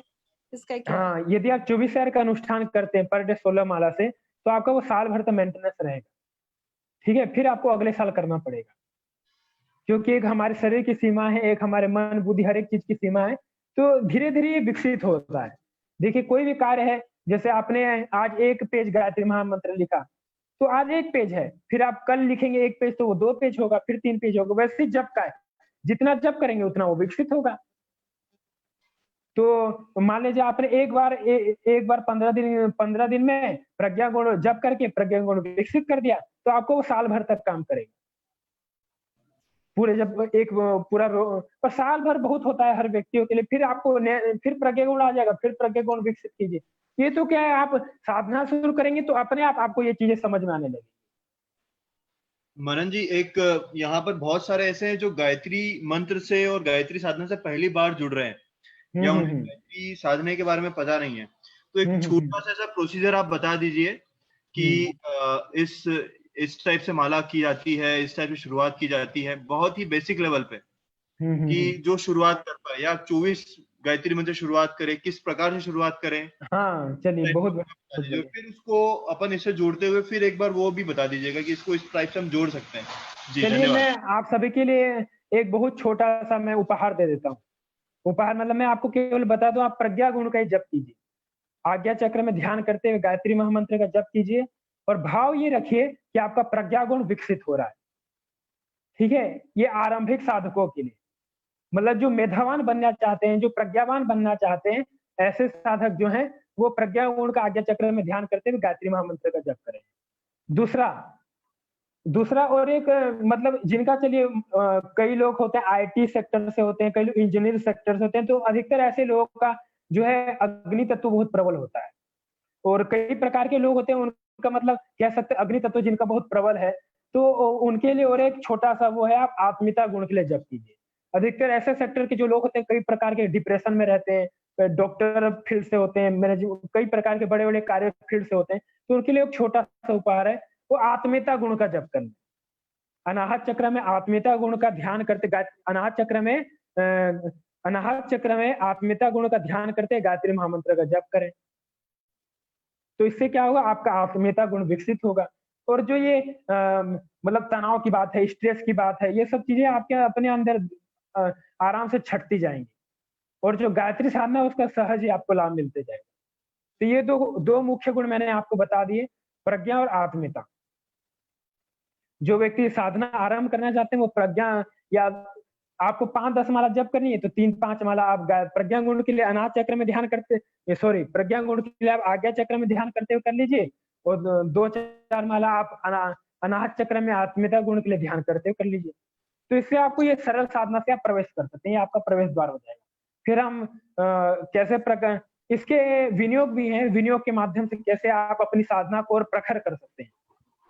तो यदि पीडीएफ शो हो जाती है तो हल्का में केवल प्रज्ञा और आत्मीयता का आपको विनियोग बता दो, केवल आप उस विनियोग को पढ़ेंगे, फिर आप गायत्री महामंत्र का जप करेंगे उस चक्र में ध्यान करते हैं, तो आपको बहुत जल्दी लाभ मिलेगा। बिल्कुल, हाँ बिल्कुल सही दिखाइए, पूरा शो कर दीजिए पीडीएफ। जी जी बिल्कुल। थोड़ा मैं भैया जो जैसे बिना भाव का, जैसे किसी चक्र में भाव नहीं रखा है और किसी प्रकार का, और बस वो जैसे चलते फिरते या फिर कोई भी काम करते वो मानसिक जप या फिर ऐसे मतलब मुंह से गायत्री मंत्र का जप कर रहा है, तो क्या उसको कुछ बेनिफिट होता है? मिलेगा, बिल्कुल लाभ मिलेगा। चलते फिरते आप भैया, तो प्रार्थना है ना भगवान से, गायत्री महामंत्र क्या है? प्रार्थना है कि आप हमारी सद्बुद्धि को विकसित कीजिए। तो आपकी सद्बुद्धि विकसित होगी तो चाहे चलते फिरते कीजिए, 24 घंटे कीजिए, लाभ मिलेगा। लेकिन इसके जितनी सिस्टमेटिक विधि से करेंगे उतना सिस्टमेटिक लाभ है। भैया तो जैसे सिस्टमेटिक विधि से करना होता है तो क्या उसमें लहसुन प्याज वर्जित होता है? कर पाएंगे तो बहुत अच्छा है जी। भैया एक क्वेश्चन और था। जनरली मतलब जो मेरा नॉलेज है उसके अनुसार है कि अगर आप एक पेज गायत्री मंत्र लिखते हैं, दैट इज 36 लाइन, अराउंड 33 या 36 लाइन, तो वो आपकी 3 माला के बराबर होता है। तो जो आपका 16 माला, मतलब जब भी हम योग कर रहे हैं, क्योंकि उसमें ध्यान जैसे वो होता है कि अगर हम गायत्री मंत्र लिख रहे हैं तो हमारे आंख भी वहां पे लग रही है, हम लिख भी रहे हैं, मन में भी चल रहा है, तो वो सब चीज का योग होता है। तो माला करना जरूरी है या उस माला के रूपांतरित कि हम उतने पेज गायत्री मंत्र लिखिए वो भी सेम फायदा करेगा, या फिर वहां पे ध्यान नहीं लग सकता या समथिंग, वो भी एक बार प्रकाश डालिएगा। देखिए, केवल आप मंत्र लेकर करेंगे तो इसी से आपकी एकाग्रता बढ़ेगी और जो गायत्री महामंत्र का साधारण लाभ है वो आपको मिलेगा। लेकिन जो गायत्री महामंत्र का विशेष लाभ जो मैंने आपको 24 सद्गुणों वाला बताया ये नहीं मिलेगा। 24 तत्वों की शोधन की जो मैंने बात बताई ये नहीं मिलेगी। जो 24 इंद्रियों की सक्रियता की बात बताई ये नहीं मिलेगी। पूर्ण व्यक्तित्व की जो बात बताई ये नहीं मिलेगी। इसलिए हमारे जो पंडित श्री राम शर्मा आचार्य जी थे, इन्होंने क्या किया, मतलब 24 साल तक गायत्री महामंत्र की उपासना की, एक एक साल तक एक एक सद्गुणों की उपासना की, एक एक तत्वों को इन्होंने बैलेंस किया, शुद्धिकरण किया, उन तत्वों की चरम सीमा तक पहुंच गए। इस प्रकार तो उन्होंने 24 साल में 24 महापुरुष चरण के लिए गायत्री साधना की, जिसके माध्यम से वो 24 जो ऋषि हैं उनके जो पर्टिकुलर एक एक देवता है वो जागृत हो जाए, एक एक जो पर्टिकुलर अक्षर का जो वो लाभ है, जो सद्गुण है वो विकसित हो जाए। तो इसलिए उन्होंने 24 साल तक ये महापुरुष चरण किया, तभी उनको ये पूरा लाभ मिला। मैं तो छोटा सा आपको 10 मिनट में कैसा गायत्री उपासना करनी इसका थोड़ा सा बता दूं, फिर हम और आगे प्रश्नों को लेंगे। हाँ चलिए कंटिन्यू, ये आगे बढ़ाते जाइए। देखिए यहाँ लिखा है सभी क्रियाएं सूक्ष्म शरीर से करें, ठीक है। तो आप गायत्री साधना करने जा रहे हैं तो आसन शुद्धि, जो आप किसी आसन में बैठकर करते हैं उसको स्पर्श करके आपको ये मंत्र कहना है, ओम अपवित्र पवित्र। और आगे बढ़ाइए, ओम अपवित्र पवित्र व सर्वास्थम गतो पिवा यह स्मृत पुंडरीकाख्यम सभायाभ्यंतर शुचि। बढ़ाते जाइए आप, ठीक है। ये मंत्र के माध्यम से आपका आसन शुद्धि होगा। ब्रह्म संध्या बंधन, यहाँ आप आचमन करेंगे, ये 3 मंत्र, इन 3 मंत्रों के माध्यम से आप आचमन करेंगे। वाणी मन और अंतःकरण की शुद्धि के लिए शिखा बंधन, इस मंत्र के माध्यम से चिद रूपी महामाया आप शिखा बंधन करेंगे। प्राणायाम करेंगे भू भुव स्व, इसके माध्यम से। अगला अघमर्षण, इसके माध्यम से आप पाप के नाशन के लिए अघमर्षण किया जाता है। यहाँ आप भाव करेंगे कि दाएं नासिका से श्वास लेते सद्भाव जागृत हो रहा है, दुर्भाव नाश हो रहा है। इसी प्रकार बाकी और अन्य 2 क्रियाएं हैं। अगला न्यास, न्यास ये है कि एक एक अंगों में शक्ति की स्थापना। वाणी वांग में आसेस्तु नसोर में प्राणस्तु, वाणी में मधुरता है नासिका में, ये दोनों छिद्रों में एक, हम इससे शक्ति का भान करते हैं कि हमारे अंगों में एक प्रकार की शक्ति है। अगला पृथ्वी पूजन, फिर है चंदन धारण, एक थोड़ा सा जल पृथ्वी को समर्पित, फिर चंदन धारण करेंगे, फिर देव आह्वानम, देव शक्तियों का आह्वान, फिर गायत्री शक्ति का आह्वान, फिर समस्त देवताओं का आह्वान करेंगे। अगला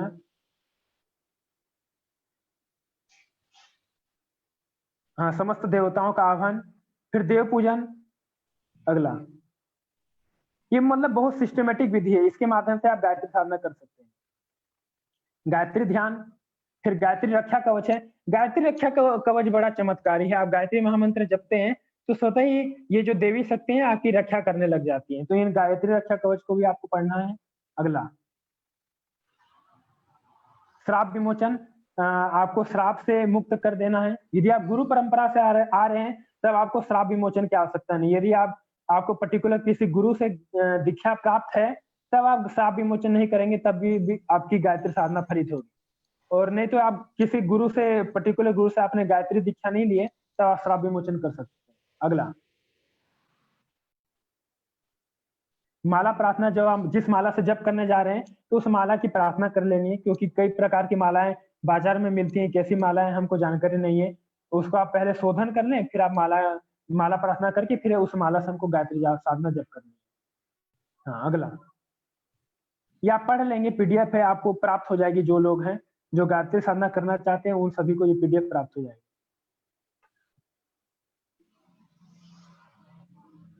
विनियोग क्या होता है? देखिए, विनियोग क्या होता है, मैं सरल शब्दों में आपको समझा दूं।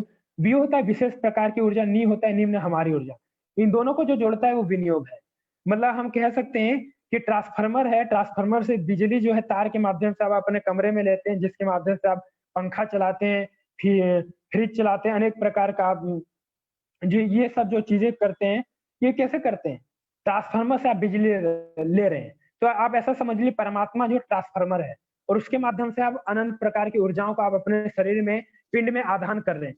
तो विनियोग के माध्यम से हम करते हैं। विनियोग एक ऐसा सरल माध्यम है जो परमात्मा से जो ऊर्जा है उसको आपको प्राप्त कराने में एक सरल जो चैनल है वो विनियोग काम करता है। तो अगला, इसमें 5 विनियोग के 5 अंग होते हैं। वी मतलब विशेष प्रकार की ऊर्जा, निम्न हमारी ऊर्जा, इन दोनों को जो जोड़ता है वो योग है। तो इसमें 5 चीजें हैं, ऋषि, छंद, देवता, बीज और तत्व। इन 5 प्रकार की शक्तियों से विनियोग जो है पूर्ण बनता है। अगला, नेक्स्ट, तो देखिए ये सबसे पहले क्या है, प्रज्ञा गुण है। तो इसका सेकंड वाला आप देखिए, प्रज्ञा गुण का सेकंड वाला, मैं यहाँ विनियोग पढ़ रहा हूँ। ओम मत्स्य गायत्री यपस्य वामदेव ऋषि गायत्री छंद। कहने जा रहे हैं आपकी भगवान से कि मैं ये गायत्री जप करने जा रहा हूँ। जिसके ऋषि कौन है? वामदेव ऋषि है, गायत्री छंद है, अग्नि देवता है, महातत्व है, आज्ञा चक्र है। आप भगवान से कहने बताने जा रहे हैं। मतलब ये सिस्टमेटिक विधि एक प्रकार का संकल्प है। भैया हर व्यक्ति गायत्री साधना करना है, लेकिन उसको लाभ क्यों नहीं मिलता है, उसको रिजल्ट क्यों नहीं मिलता है? इसी कारण से नहीं मिलता है कि उसकी विधि सिस्टमेटिक नहीं है, इसलिए उसको लाभ नहीं मिल जाता है। यदि आप सिस्टमेटिक विधि से करेंगे तो निश्चित 100% आपको लाभ मिलेगा। तो यहाँ आप एक प्रकार से बताने जा रहे हैं कि अब आप गायत्री उपासना कर रहे हैं, जिसके ऋषि वामदेव ऋषि गायत्री छंद है, अग्नि जो है देवता है, महातत्व है, आज्ञा चक्र। आप आज्ञा चक्र में मतलब आपका आज्ञा चक्र ध्यान रहेगा, धनंजय प्राण है, मनोमय कोश है। इस प्रकार आपको ये पूरा पढ़ लेना है। ओम अस्य गायत्री पश्य वामदेव ऋषि गायत्री छंद अग्नि देवता महतत्वम आज्ञा चक्रम धनंजय प्राण मनोमय कोशम ओम भू ब्रह्म बीजाक्षरम भुव शक्ति स्व किलकम। ठीक है, इस प्रकार आपने विनियोग बनाया। फिर ममा मर्यादा लक्षण सहितम तत्क्षणम प्रभावकारी सर्वपापनम, जितने पाप है उनका सबका नाश हो जाए। पृथ्वी ब्रह्म तत्व शोधन संवर्धन सिद्ध्यर्थम, जो पृथ्वी तत्व है उसका शोधन और संवर्धन और फिर अंत में पृथ्वी तत्व की शुद्धि हो जाए।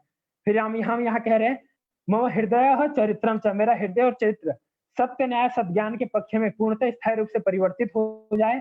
उत्तम स्वास्थ्य की हमें प्राप्ति हो, आध्यात्मिक उन्नति हो, परिवार और लोक सेवा के लिए, गायत्री विद्या की सिद्धि के लिए ये जो गायत्री महामंत्र का जप है ये आप करने जा रहे हैं। प्रज्ञा गुण की सिद्धि के लिए आप गायत्री महामंत्र का जप करने जा रहे हैं। इस प्रकार का विनियोग पढ़ेंगे, फिर आप गायत्री महामंत्र का जप कीजिए। फिर 1 माला, 2 माला, 5 माला, 10 माला आप जप कीजिए, निश्चित ही आपको लाभ मिलना है।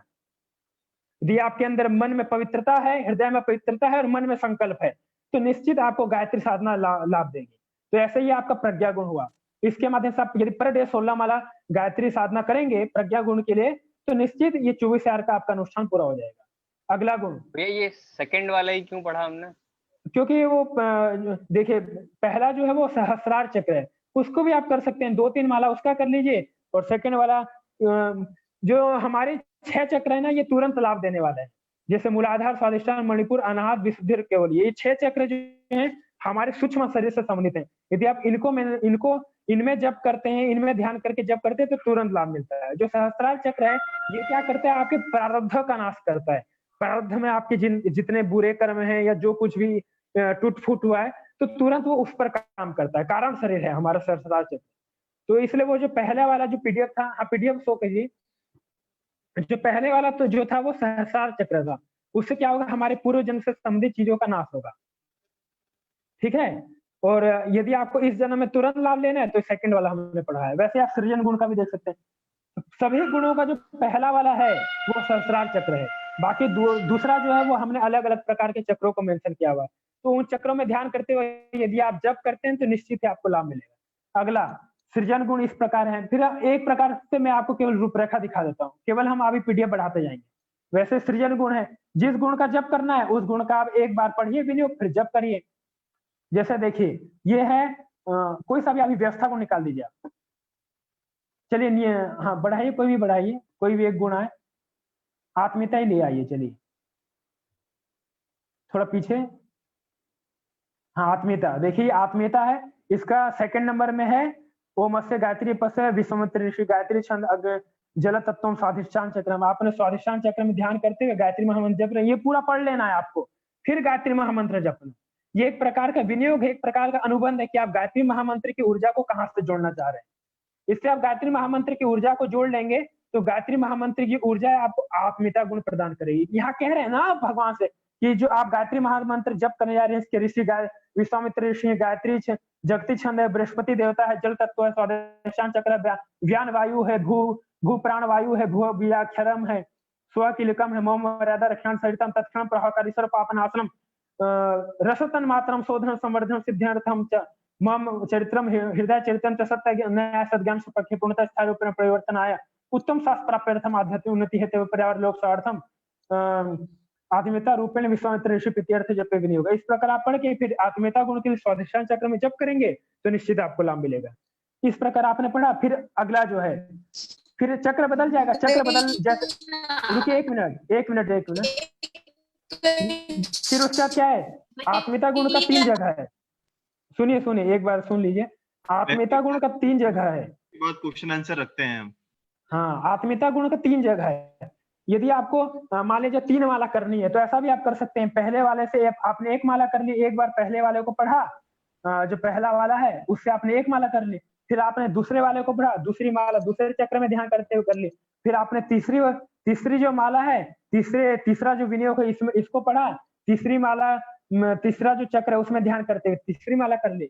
इस प्रकार भी आप कर सकते हैं। और नहीं तो एक ही चक्र में ध्यान करते हुए आप पूरी 3 माला भी कर सकते हैं। ये 2 ऑप्शन आपके पास रहेंगे। हाँ अब आप प्रश्न पूछ लीजिए। इसी प्रकार पूरे 24 सद्गुणों का है। इसी प्रकार पूरा ये पीडीएफ, इसके माध्यम से आप 24 सद्गुणों को विकसित कर सकते हैं। हाँ बोलिए बोलिए।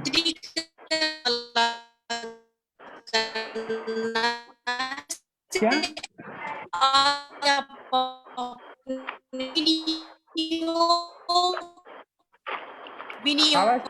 आवाज क्लियर नहीं आ रही मृत्युंजय जी। ये क्या है कि हाँ चाह रहे हैं आप कह दीजिए। हेलो दीदी टेक्स्ट कर दीजिए आप अगर आवाज साफ नहीं आ रही तो। एक बार और कोशिश करिए, यदि बोल पा रहे हैं आप आ पा रही तो ठीक है, नहीं तो चैट बॉक्स में लिख दीजिए। जी धन्यवाद। हाँ और अगला क्वेश्चन और किन्हीं का पूछिए। हेलो भैया, ये गायत्री मंत्र का सबसे बेस्ट समय कौन सा रहेगा इसकी साधना का? हाँ सुबह 4 से लेकर के 8 बजे तक। और अगर शाम को करना चाहे शाम को 5 से लेकर 8 बजे तक। ठीक है, थैंक यू। मनन जी, इसमें जो दूसरा और जो तीसरा है वो एक ही समान जैसे दिया हुआ है, ओम अस्य गायत्री जपस्य, और तीसरा भी जो है ओम अस्य गायत्री जपस्य। तो ये दोनों में डिफरेंस क्या है, या फिर एक ही गायत्री जप से क्या है? आप गायत्री जप करने जा रहे हैं यही तो बता रहे हैं। ये तो समान तो रहेगा ही। इसमें केवल परिवर्तन चक्रों का होता है और तत्वों का होता है, बाकी हर एक चीज समान रहती है। देखिए ऊपर वाले में स्वादिष्टान चक्र था, नीचे वाले में अनाहत चक्र हो गया, बस परिवर्तन इतना रहेगा। और प्राणों का तो परिवर्तन रहेगा, ऊपर वाले में व्यान वायु, नीचे में प्राणनाग वायु। अच्छा जी, तो ऊपर जैसे कुछ कुछ और जैसे कि अलग अलग जो गुण हैं उनमें कहीं कहीं जैसे इसमें 3 है तो उसमें 2 हैं, तो हाँ वो जो जिनका जो बीज अक्षर है उसके आधार पर उनका विभाजन। अच्छा अच्छा ठीक है, वो बहुत और विस्तृत विद्या, वो किसी और अगले सत्र में हम चर्चा करेंगे। केवल आपको बता दें कि ये पर्टिकुलर 24 बीजाक्षर हैं, 24 गायत्री मंत्र के जो 24 अक्षर, इनके अलग अलग बीज 24 बीज अक्षर हैं। तो उन बीज अक्षरों का कहाँ का किन चक्रों में, जैसे हमारे अलग अलग चक्र के अलग अलग पंखुड़ियां हैं, जैसे आज्ञा चक्र की 2 पंखुड़ियां, विशुद्धाके की 16, सहस्त्रार की 1000, इसलिए सभी चक्रों में सहस्त्रार मेंशन है। और फिर अनाहत की 12, स्वादिष्टान की 6, मूलाधार की 4। तो जिसकी जो पंखुड़ियां हैं उसके आधार पर जिसका जो बीज अक्षर है वो कौन कौन सी पंखुड़ियों से संबंधित है, ऐसा करके ये बनाया हुआ है। अच्छा मदन जी, एक क्वेश्चन और था, आपने बताया था जो है जो सत्य का जो चक्र है उसका आपने नाम बताया था विशुद्धात्री, तो ये चक्र जो है कहाँ पर स्थित है? ये कंठ चक्र, विशुद्धात्री जो विशुद्धि विशुद्धि। अच्छा विशुद्धि, अच्छा ठीक है, ठीक है, ओके, धन्यवाद। ठीक है, स्वागत है। मनन जी, हाँ बोलिए। मनन जी एक बार ये बता दीजिए, क्योंकि ये जो षट चक्र है इससे कुछ ज्यादा चक्र है इसमें, और जो भी चक्र है वो कहाँ पर स्थित है और कौन कौन से चक्र हैं? देखिए इसमें नहीं, इसमें जो है ना, मूलाधार तो आप सभी जानते हैं, स्वादिष्ठान भी जानते हैं ना। मूलाधार जो हमारा गुदा द्वार है उसके समीप, मूल जो रीढ़ की हड्डी है उसका मूल भाग में मूलाधार है। स्वादिष्ठान जहाँ से हम मूत्र आदि का विसर्जन करते हैं उसका जो सूक्ष्म भाग है वहाँ मूल स्वादिष्ठान। फिर मणिपुर, नाभि चक्र, अनाहत यहाँ हृदय भाग में, विशुद्धाख्य कंठ में, आज्ञा चक्र यहाँ है, और सहस्त्रार ये है। बाकी फिर 3 ग्रंथियों की बात है, बाकी इतने ही चक्रों की मेंशन है यहाँ। 3 ग्रंथि जो है हमारा जो है आज्ञा और विशुद्धाख्य, इन दोनों को जो बांध के रखती है ब्रह्म ग्रंथि, वो इन दोनों के बीच की ग्रंथि है। उसके बाद नाभि और अनाहत, इन दोनों को जो बांध के रखती है, इन दोनों के बीच की एक ग्रंथि, दोनों के बीच में है विष्णु ग्रंथि है। और फिर मूलाधार और स्वादिष्ठान, इन दोनों को जो बांध के रखती है वो आपकी रुद्र ग्रंथि है। बस इन्हीं चीजों का यहाँ वर्णन है, इससे अतिरिक्त तो कुछ नहीं। आप समापन कैसे करना है इसको मैं बता दूं। चलिए, आप जब करने तो बैठ गए, जब तो कर लिया, आप समापन कैसे करना है ये भी बता देता हूँ। आप बढ़ाते जाइए, पूरा पीडीएफ बढ़ाइए। सबसे लास्ट में है क्या ये? हाँ 40 नंबर लाइए, जैसे ही 24 जो वो है ना सदगुण खत्म हो जाएंगे उसके बाद आपको लाना। और थोड़ा पहले, और थोड़ा सा, बस और आगे बढ़ाइए। हाँ क्वेश्चन है, बस 1 मिनट, 3 मिनट रुकिए आप, 3 मिनट रुकिए तब आपका क्वेश्चन लेता हूँ मैं। और थोड़ा आगे बढ़ाइए, और आगे। यहाँ देखिए, आप एक माला महामृत्युंजय मंत्र का भी जप कर सकते हैं। यहाँ कहा है ना, विनियोग भी दे दिया, ओमस्ते त्र्यंबक मंत्र जप से वशिष्ठ श्रेष्ठ अनुष्ठुत छंद। इस प्रकार आप विनियोग पढ़ करके एक माला महामृत्युंजय मंत्र का भी जप कर सकते हैं। ठीक है, उसके बाद फिर माला सैन प्रार्थना है, माला सैन प्रार्थना पढ़ा आपने, फिर समर्पण, आगे बढ़ाते जाइए। नमस्कार, शुभकामना, शांति पाठ, सूर्य अर्घदानम, सूर्य उपस्थापन, ये सब हिंदी में लिखा है, सहज आप पढ़ेंगे समझ में आ जाएगा। प्रदक्षिणा, विसर्जन, क्षमा प्रार्थना, और अंत में ये प्रार्थना। इस प्रकार ये पूरी एक प्रकार की मंत्र योग है, आप इसको कह सकते हैं गायत्री योग है। इसके माध्यम से आप पूरा गायत्री साधना, ये संपूर्ण गायत्री साधना, इसके माध्यम से आप सहज ही परमात्मा से जुड़ सकते हैं, सद्गुणों से जुड़ सकते हैं, ऋषि चेतना से जुड़ सकते हैं। ये पूर्ण रूप से एक गायत्री योग है। जी क्वेश्चन जी, एक प्रश्न ये था। हाँ अब आप मृत्युंजय जी, जो एक व्यक्ति बैठा हुआ था ना जिसमें पूरे वो चक्रों की बात थी, वो पीडीएफ पे ले आइएगा। हाँ आवाज थोड़ी आपकी क्लियर आ रही है आवाज। 1 मिनट रुक जाइए। जो विवेक जी थोड़ा रुकिए थोड़ा सा। जो मेरी आवाज आ रही है? सबसे आगे थोड़ी हम घरघरा रही है आपकी आवाज। हेलो, क्वेश्चन ही ले रहे हैं। क्वेश्चन पूछने के बाद में अपने आप को म्यूट कर लें और अनम्यूट करके क्वेश्चन पूछें और फिर वापस म्यूट कर लें। जी विवेक जी। ठीक है। मैं ये कहना चाह रहा था कि जो गायत्री मंत्र जो हम बोलेंगे तो उसको किस तरीके से बोलेंगे, जो है उतना उसकी स्पीड कैसी होनी चाहिए, थोड़ा सा एक बार आप बोल के जरा एक बार जो है डेमो थोड़ा सा दिखा देंगे तो बड़ा ही मतलब धन्यवाद जी। एक बार थोड़ा सा बता दीजिए। ओम भूर्भुवस्सुः तत्सवितुर्वरेण्यं भर्गो देवस्य धीमहि धियो न प्रचोदयात्। ओम भूर्भुवस्सुः तत्सवितुर्वरेण्यं भर्गो देवस्य धीमहि धियो न प्रचोदयात्। ओम भूर्भुवस्सुः तत्सवितुर्वरेण्यं भर्गो देवस्य धीमहि धियो यो न प्रचोदयात्। ओम भूर्भुवस्सुः तत्सवितुर्वरेण्यं भर्गो देवस्य धीमहि धियो यो न प्रचोदयात्। ओम भूर्भुवस्सुः तत्सवितुर्वरेण्यं भर्गो देवस्य धीमहि धियो यो न प्रचोदयात्। ओम भूर्भुवस्सुः तत्सवितुर्वरेण्यं भर्गो देवस्य धीमहि धियो यो न प्रचोदयात्। ओम भूर्भुवस्सुः तत्सवितुर्वरेण्यं भर्गो देवस्य धीमहि धियो यो न प्रचोदयात्।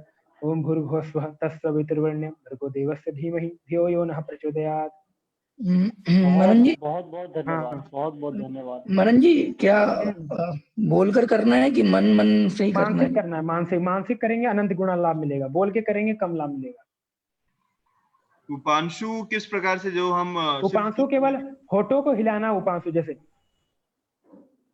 होठों को हिलाते हुए गायत्री महामंत्र जप करें, ये आपका उपांशु हो गया। बेस्ट कौन सा है?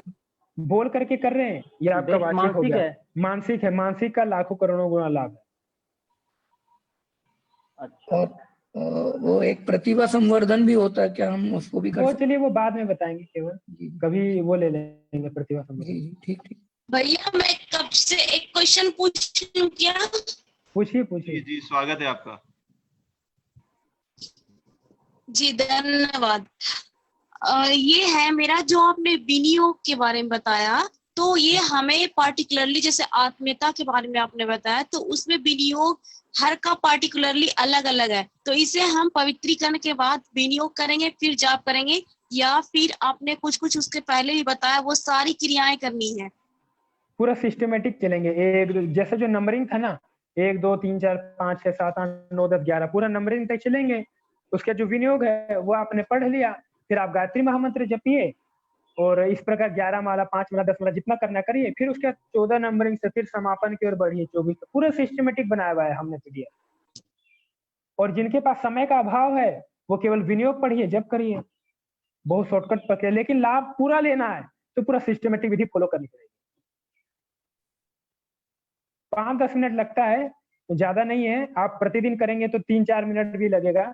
पूरा वो आचमन, शिखा बंधन, प्राणायाम, अघमर्षण, नाक, जैसे आप यज्ञ करते हैं ना, तो यज्ञ में आप सिस्टमेटिक तुरंत थोड़ी ना कि आप अग्नि जलाए और आहुतियां शुरू कर दी। करते हैं ऐसा कभी आप? तुरंत अग्नि प्रज्वलित की और आहुति स्वाहा स्वाहा शुरू कर दिया, ऐसा कभी करते हैं? नहीं करते हैं। शुरू से आप ध्यान करेंगे, देवताओं को बुलाएंगे, फिर अग्नि स्थापन करते हैं। वैसे ये भी एक सिस्टमेटिक विधि हमने बना रखी है।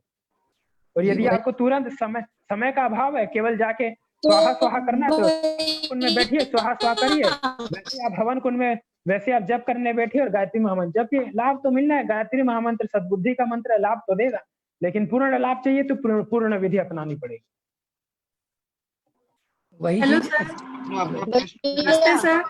हाँ हेलो, नमस्ते, बोलिए। हाँ सर, ये माला कोई पर्टिकुलर होनी चाहिए या? आवाज थोड़ी लाइए, आवाज लाइए, आवाज गायब हो गई आपकी। नीरज सर मैं पूछ रही हूँ कि माला कौन सी होनी चाहिए, रुद्राक्ष, तुलसी, कौन सी होनी चाहिए, चंदन? आपका उद्देश्य क्या ये मायने रखता है। यदि आप ज्ञान मार्ग में बढ़ना चाह रहे हैं तो आपके लिए तुलसी की माला सबसे बेस्ट है। और यदि आप सांसारिक मार्ग में बढ़ना चाह रहे हैं, संसार में प्रसिद्धि आदि प्राप्त करना चाह रहे हैं, तो आपके लिए चंदन की माला ठीक है। 2 माला उपयुक्त है, रुद्राक्ष से भी किया जा सकता है। रुद्राक्ष शक्ति माला है, और आरंभ में हम जो है सभी व्यक्तियों को तुलसी माला को सजेस्ट करते हैं, लेकिन जो व्यक्ति कई साल से साधना कर रहा है उसको फिर हम चंदन माला दे देते हैं। फिर और जो व्यक्ति और जिसकी और गति हो जाती है, फिर उसको हम रुद्राक्ष माला भी बता देते हैं। माला शुद्धि सर हवन करना भी जरूरी होता है? जी हाँ, जैसे आपने एक अनुष्ठान किया 24,000 का, तो आप 240 मंत्रों की आहुतियां भी देंगे। हलक का भी, हवन का भी वैसे विधान है। आप गायत्री महामंत्र आपने पढ़ा, फिर स्वाहा कहा, इदम प्रज्ञाय इदम न मम, ओम भूर्भुवः स्वः तत्सवितुर्वरेण्यं भर्गो देवस्य धीमहि धियो यो नः प्रचोदयात्, स्वाहा इदम प्रज्ञाय इदम न मम। आपने प्रज्ञा गुण के लिए जब किया था तो स्वाहा इदम प्रज्ञाय इदम न मम, ये प्रज्ञा गुण को समर्पित है। ऐसे करके 240 आहुतियां प्रज्ञा गुण के लिए हो भैया जाएंगी। तो बहुत ही बेसिक चीज मैं पूछने जा रही हूँ। जैसे कि हर कोई माला जो फेरते हैं, उनको जो माला फेरने का है वो अपनी ओर फेरना है बाहर, और उसमें कौन सी हमारी जो तर्जनी है, मध्यमा है और अनामिका है और अंगुष्ठ है, तो उसमें किस का रोल होना चाहिए, कैसे माला फेरना चाहिए, माला हृदय के पास होना चाहिए, माला आज्ञा चक्र के पास होना चाहिए, किस टाइम कहाँ पे माला की अवस्था होनी चाहिए, ये आप थोड़ा सा बेसिक आप बता दें। और इसमें ये भी बता दें कि जो शाम की गोधूली बेला और जो सुबह की ब्रह्म मुहूर्त होती है, उसमें हम माला किस तरह से कितना किस स्टेप में करेंगे तो सबसे ज्यादा फायदेमंद है। क्योंकि आधा से ज्यादा लोग को मैंने ये देखा है मंदिर में, सब लोग गलत माला करते हैं, मतलब बहुत गलत करते हैं। तो सबसे बेसिक चीज है कि माला करना कैसे चाहिए, ये बता दें। हाँ बोलिए, और एक बार शुरू से बोलिए। मैंने ये बोला भैया, हाँ। जो माला पकड़ने की है ना विधि, हाँ सुन पा रहे हैं मुझे? हेलो, हाँ भैया। मनन जी सुन पा माला रहे पकड़ने की जो विधि है, जो सिस्टमेटिक ढंग है, और वो माला जो हम पकड़ते हैं वो 3-4 मुहूर्त होती है ना, 4 पहर होता है। तो 4 पहर में जो सुबह का ब्रह्म मुहूर्त होता है वो, उसके बाद 12 बजे का, फिर उसके बाद 4 बजे से लेकर संध्या काल तक गोधूली बेला, उसमें जो माला पकड़ने का।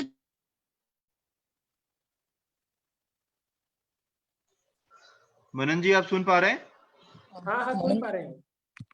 तो दीदी का क्वेश्चन है कि जो माला जो पकड़ने का मतलब, माला को या तो क्लॉकवाइज घुमाना चाहिए, एंटी क्लॉकवाइज घुमाना चाहिए, कितनी उंगलियां लगनी चाहिए, उसको क्षेत्र पे रखना चाहिए, नीचे रखना चाहिए, और किस टाइम पर करना चाहिए, जैसे गोधूली वेला या मैं आपको बता दूं, देखिए तीनों काल का अलग अलग है, लेकिन सिंपल एक तरीका बता देता हूँ। ये जो हमारे अनामिका और मध्यमा है, इनके माध्यम से मनन जी आपकी आवाज थोड़ी कम आ रही है, थोड़ी सी आवाज पास में होकर बोलिए। मध्यकालीन आपकी ये मुद्रा रहेगी और सायंकालीन मुद्रा रहेगी, इस प्रकार की मुद्रा रहेगी। प्रातः काल जो है आपका जो रहेगा, जो माला रहेगी आपकी अनाहत चक्र के पास में रहेगी, इस प्रकार आपको जब करना है। मध्याह्न कालीन भी भैया हेडफोन लगा के बताओ। तो रात्रिकालीन या सायंकालीन में आपको जो माला है वो आपके आसन के पास, मतलब भूमि पर भी रख करके आप आसन के पास रख कर भी आप। भैया समझ में नहीं आ रहा कुछ भी। आप रख करके जब सकते। ये तीनों काल का अलग अलग विधान। पहले तो आप गायत्री साधना आरंभ कीजिए, तो बहुत लंबी प्रक्रिया है, लंबे जो साधक होते हैं ये सब इतने गहराई में जाते हैं। आप केवल मध्यमा और अनामिका उंगली से जप करना इतना जानिए और बाकी। मृत्युंजय जी मेरी आवाज आ रही है? मृत्युंजय भैया आपकी म्यूट है, आपका म्यूट है। मनन जी आपकी एक्चुअली में आपकी आवाज एक्चुअली में जो है बहुत अब आएगी, अब आवाज आएगी। अब आ रही है। आपकी आवाज बहुत कम आ रही थी, इसलिए सबने जो है आपकी आवाज को उतना अच्छे से सुन नहीं पाया। तो एक बार फिर वो कह रहे हैं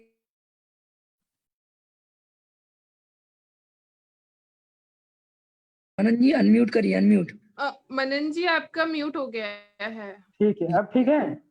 जी चलिए, अब आवाज आ रही है मेरी? जी आ रही है। चलिए देखिए, प्रातःकालीन इस प्रकार की मुद्रा रहेगी, ज्ञान मुद्रा। मध्याह्न कालीन भी इस प्रकार की मुद्रा रहेगी और रात्रिकालीन इस प्रकार की मुद्रा रहेगी। इस प्रकार आप एक लेफ्ट हैंड जो आपका रहता है उसमें इस प्रकार की मुद्रा बनाकर आपको तीनों कालीन त्रिकाल संध्या करनी। और जो जप की विधि थी कि किस प्रकार जप करना है, तो ये मध्यमा और अनामिका ये 2 उंगलियां हैं और ये आपकी अंगुष्ठ है। इन दोनों के सारे आपको इस प्रकार यहाँ पर प्रातः और मध्याह्न काल में अनाहत चक्र के पास आपको हाथ रख के जप करना है। इन 2 उंगलियों के माध्यम से, 3 उंगलियां मध्यमा, अनामिका और अंगुष्ठ, इन 3 उंगलियों के माध्यम से आपको जप करना है प्रातः, मध्याह्न और सायं। प्रातः मध्याह्न आपका जो हाथ है वो अनाहत चक्र के पास रहेगा, और सायंकालीन जो है वो आपका जो आप जिस आसन पे बैठे हैं उस आसन के पास रहेगा, वो माला भी वहीं रहेगी। इस प्रकार तीनों काल का अलग अलग विधान। पहले तो आप गायत्री साधना आरंभ कीजिए, बाद में हम सूक्ष्मता में जाएंगे, ज्यादा अच्छा रहेगा। बाकी मनन जी बताते रहेंगे। माला को बाहर की तरफ फेरते हैं या फिर अंदर की तरफ? अंदर की तरफ। माला देखिए, एक उदाहरण आपको बता दें, अभी मेरे पास मैं धारण कर रखा हूँ, वही माला मेरे पास है, वो माला मैं आपको लेके बता देता हूँ। देखिए ये माला है, इसको आप इस प्रकार लिए हैं, ये देखिए। तो यहाँ से ओम भूर्भुवः स्वः तत्सवितुर्वरेण्यं भर्गो देवस्य धीमहि धियो यो न प्रचोदयात्, अंदर की तरफ जाएगा। ओम भूर्भुवः स्वः तत्सवितुर्वरेण्यं भर्गो देवस्य धीमहि ओम भूर्भुवः स्वः तत्सवितुर्वरेण्यं, इस प्रकार। ठीक है, और फिर पलटना भी कैसे ये भी बता दें। इस प्रकार आप सिस्टमेटिक चलते रहेंगे। ओम ओम ओम ओम चल रहा है, पूरा गायत्री महामंत्र चल रहा है।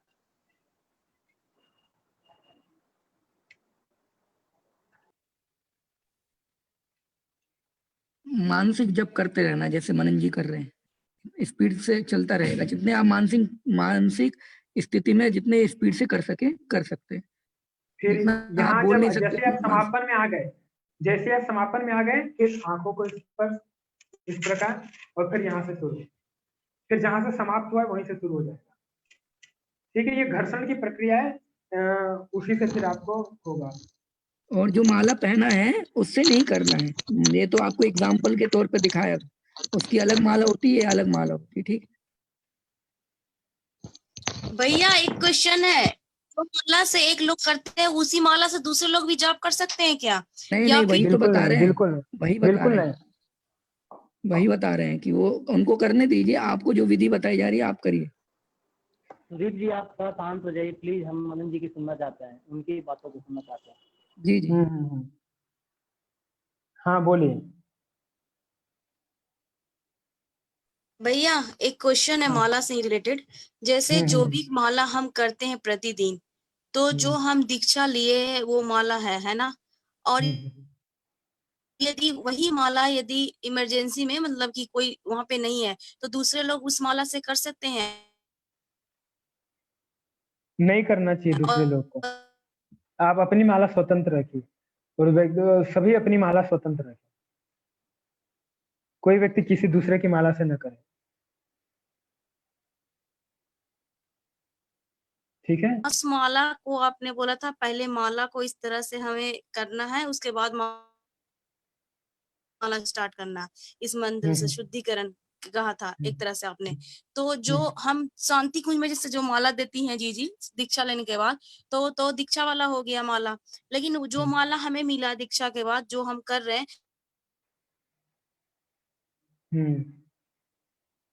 वो दूसरा है।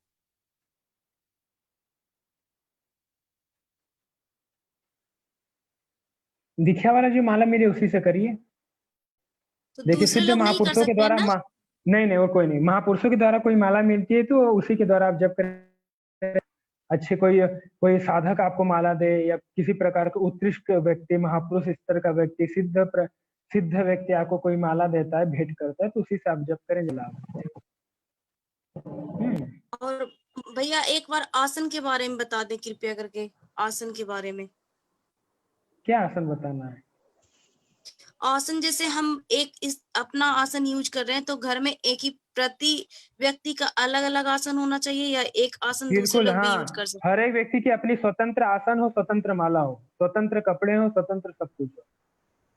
ठीक है, धन्यवाद जी जी। मनन जी एक मेरा प्रश्न और था भैया, एक डाउट है जो प्लीज क्लियर करें। एक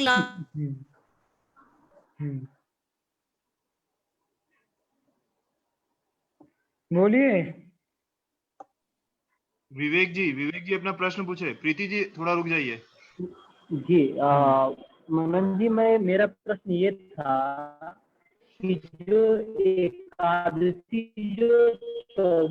एकादशी होता है, महीने में जो 2 बार एकादशी आता है, तो जरा इस पे हमें ये प्रकाश डाल दिया कि हमें जो है एकादशी को हम कैसे पता लगाएंगे कैलेंडर से, या फिर जैसे भी हो एकादशी को किस तरीके से हम पता लगाएंगे कि महीने में आप पढ़ा एकादशी और इस तरीके से पढ़ा, थोड़ा सा उस पर जो है अपनी 2 बातें प्लीज।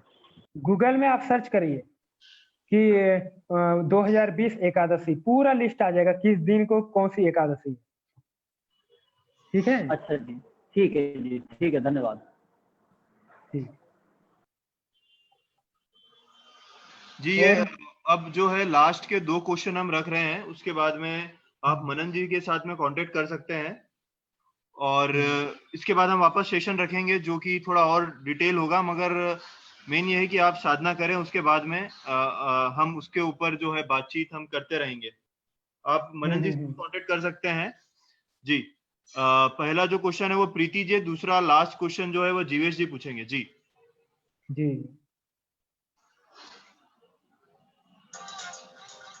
जी, मेरा प्रश्न यह है कि जो आपने आज बताया कि हर बीमारी को हम हर चीज को पा सकते हैं माला से, उसमें आपने विनियोग की बात बताई।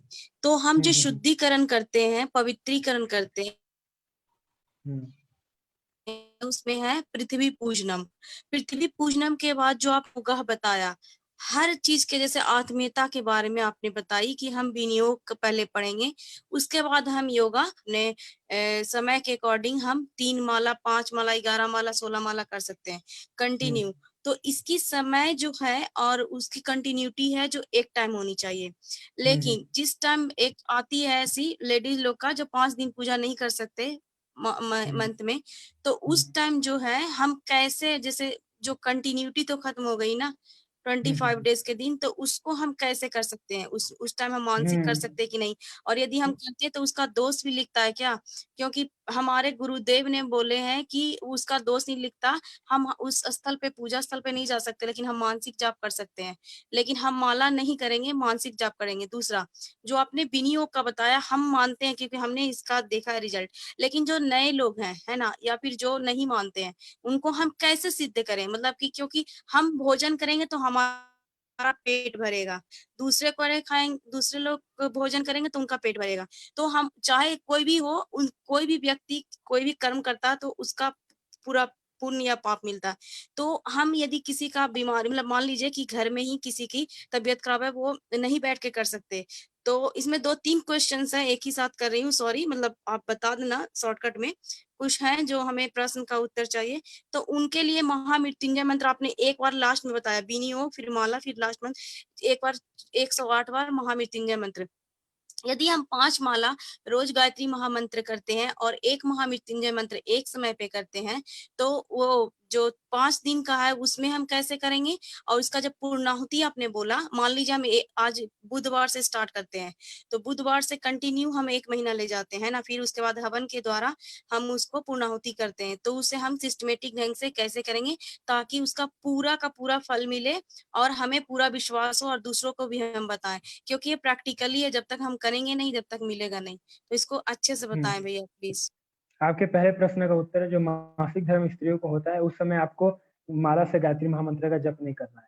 बाकी जो आपकी संख्या बच जाएगी वो आपको बाकी दिनों में पूरी कर लेनी है। जैसे रविवार को समय निकाल के या गुरुवार को मौन रह करके, सप्ताह में 1 दिन, 2 दिन, 3 दिन आपको ऐसे चयन कर लें जिस दिन आप अपनी मौन साधना करें, या आप उस दिन अपनी साधना को ज्यादा समय दें और जो आपका अवशिष्ट है उसको पूर्ण कर सकें। ठीक है, तो कारण ये है कि उस समय क्या है ना, दूषित तत्व निकल रहा है एक प्रकार से अधो मार्ग से। तो आप क्या कर रहे हैं, यदि आप उसी समय गायत्री महामंत्र, ऊर्ध्वगामी होने की शक्ति है, ऊर्ध्वगामी बनाता है हमको। तो उस समय दोनों चीजों का संयोग नहीं बैठेगा। एक विषाक्त, मतलब एक प्रकार की कुछ चीजें शरीर से आपकी निकलना चाह रही है, दूसरा आप उसको चढ़ाना चाह रहे हैं। तो क्या है ना, दोनों में एक प्रकार का असंतुलन भाव हो जाएगा। तो इस समय वो 5 दिन आप गायत्री साधना न करें, ज्यादा अच्छा है। बाकी 5 दिन के बाद आप करिए गायत्री साधना, और जो आपका जप अधूरा रह गया उसको पूरा कीजिए। पहले प्रश्न का उत्तर। अब आपका जो दूसरा प्रश्न का उत्तर है कि विनियोग, आप दूसरों को कैसे विश्वास दिलाएं, तो दूसरों को विश्वास दिलाने की आवश्यकता नहीं है। आप पहले स्वयं गायत्री साधना करिए, स्वयं उसको अपने जीवन में लाभ दिलाइए, स्वयं आप उसको स्वयं लाभ उठाइए। तब आपको देख करके लोग आपसे प्रेरित होकर वो उनको लगेगा कि हाँ इसमें कोई सामर्थ्य है, तो वो स्वयं साधना करेंगे। ठीक है, अब अगला प्रश्न मृत्युंजय जी और बताइए। दिवेश जी अपना प्रश्न पूछिए। भैया प्रणाम। मैं ये पूछ रहा था कि मैं 3 साल से एक माला इस्तेमाल कर रहा हूँ, मैं 3 साल से जब कर रहा हूँ, तो वो माला ना तुलसी की है, ना रुद्राक्ष है, ना चंदन की है। वो माला जो शांति कुंज के स्टोर में मिलती है वही वाली है। तो मैं ये पूछ रहा था कि उस माला को क्या मतलब बदलना आवश्यक है, या फिर अगर मैं 3 साल से उसको कर रहा हूँ तो उसको उसी को इस्तेमाल कर सकता हूँ? करिए करिए, कंटिन्यू करिए, अभी करिए, आप अनुष्ठान करिए। जब देश काल स्थिति आएंगी तो आपको अपने आप चीजें समझ में आ जाएंगी और अपने आप प्रेरणा मिल जाएगी। अभी आप जिससे करें उसे कंटिन्यू करिए। ठीक है भैया, थैंक यू। ठीक है, वेलकम। एक लास्ट क्वेश्चन किसी ने अपना हाथ उठाया था, मीनाक्षी जी या फिर किसी ने अपना हैंड रेस किया था, कोई लास्ट क्वेश्चन को पूछना चाहे जी।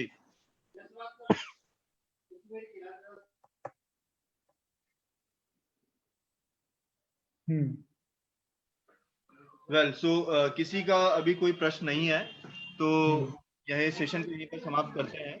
बहुत बहुत धन्यवाद मृत्युंजय जी, आपने हमें अवसर दिया कि ये जो गायत्री विद्या है, गायत्री साधना है, जन लोग, सभी सामान्य लोग तक पहुंचे और सभी लोग इस गायत्री महामंत्र के माध्यम से अपना आत्म कल्याण कर सकें, अपना आत्म विकास कर सकें, आत्म निर्माण कर सकें, स्व का निर्माण कर सकें और सद्बुद्धि, जो कि कहा कि जहाँ सद्बुद्धि है वहीं सब कुछ है, जिसके पास सद्बुद्धि नहीं है उसके पास कुछ नहीं है। तो सद्बुद्धि की उपासना कर सकें, सद्बुद्धि की प्राप्ति कर सकें। और ये ऋषियों की विद्या है, ये जन आंदोलन बने, सब लोग इसकी उपासना करें, सभी लोग इसका लाभ लें। जो ऋषि ने हमें ज्ञान दिया है ये जन सभी सामान्य लोगों तक पहुंचे। ऐसे इसके लिए आपको बहुत बहुत शुभकामनाएं, बहुत बहुत आभार, आपने ऐसा हमें शुभ अवसर दिया है। बहुत बहुत धन्यवाद मनन जी, जो आपने इतना समय दिया और ऐसे ही मतलब हमको गायत्री के बारे में और फिलोसफी के बारे में बताते रहिए और ऐसे नए सेशन जो हम करते रहेंगे। कुछ लोगों ने अपना जो व्हाट्सएप नंबर है वो उसमें दिया हुआ है, तो उनको ये जो बुक है ये पहुंच जाएगी आपके व्हाट्सएप नंबर पर, या आप जिससे भी कांटेक्ट के थ्रू आए हैं इस वेबिनार में उनसे आप कांटेक्ट करिएगा, उनके थ्रू आपको यह जो पीडीएफ है मिल जाएगी। यहीं पर हम इस वेबिनार को समाप्त करते हैं और मैं शांति पाठ कर लेते हैं अपन। ओम द्योः शांति अंतरिक्ष गुम शांति पृथ्वी शांतिरापः शांतिरोषधयः शांति वनस्पतयः शांतिर्विश्वे देवाः शांति ब्रह्म शांति सर्वगुम शांति शांतिरेव शांति श्यामा शांतिरेधि। ओम शांति शांति शांति सर्वार्षु शांतिर्भवतु। आप सभी को सदन प्रणाम, नमस्कार जी। बहुत बहुत धन्यवाद। यह जो वीडियो है यह लाइव भी हुआ है ब्रिंग द चेंज के पेज पे, तो आप वहां पर भी जाके इसको देख सकते हैं। नमस्ते, प्रणाम, समाप्ति।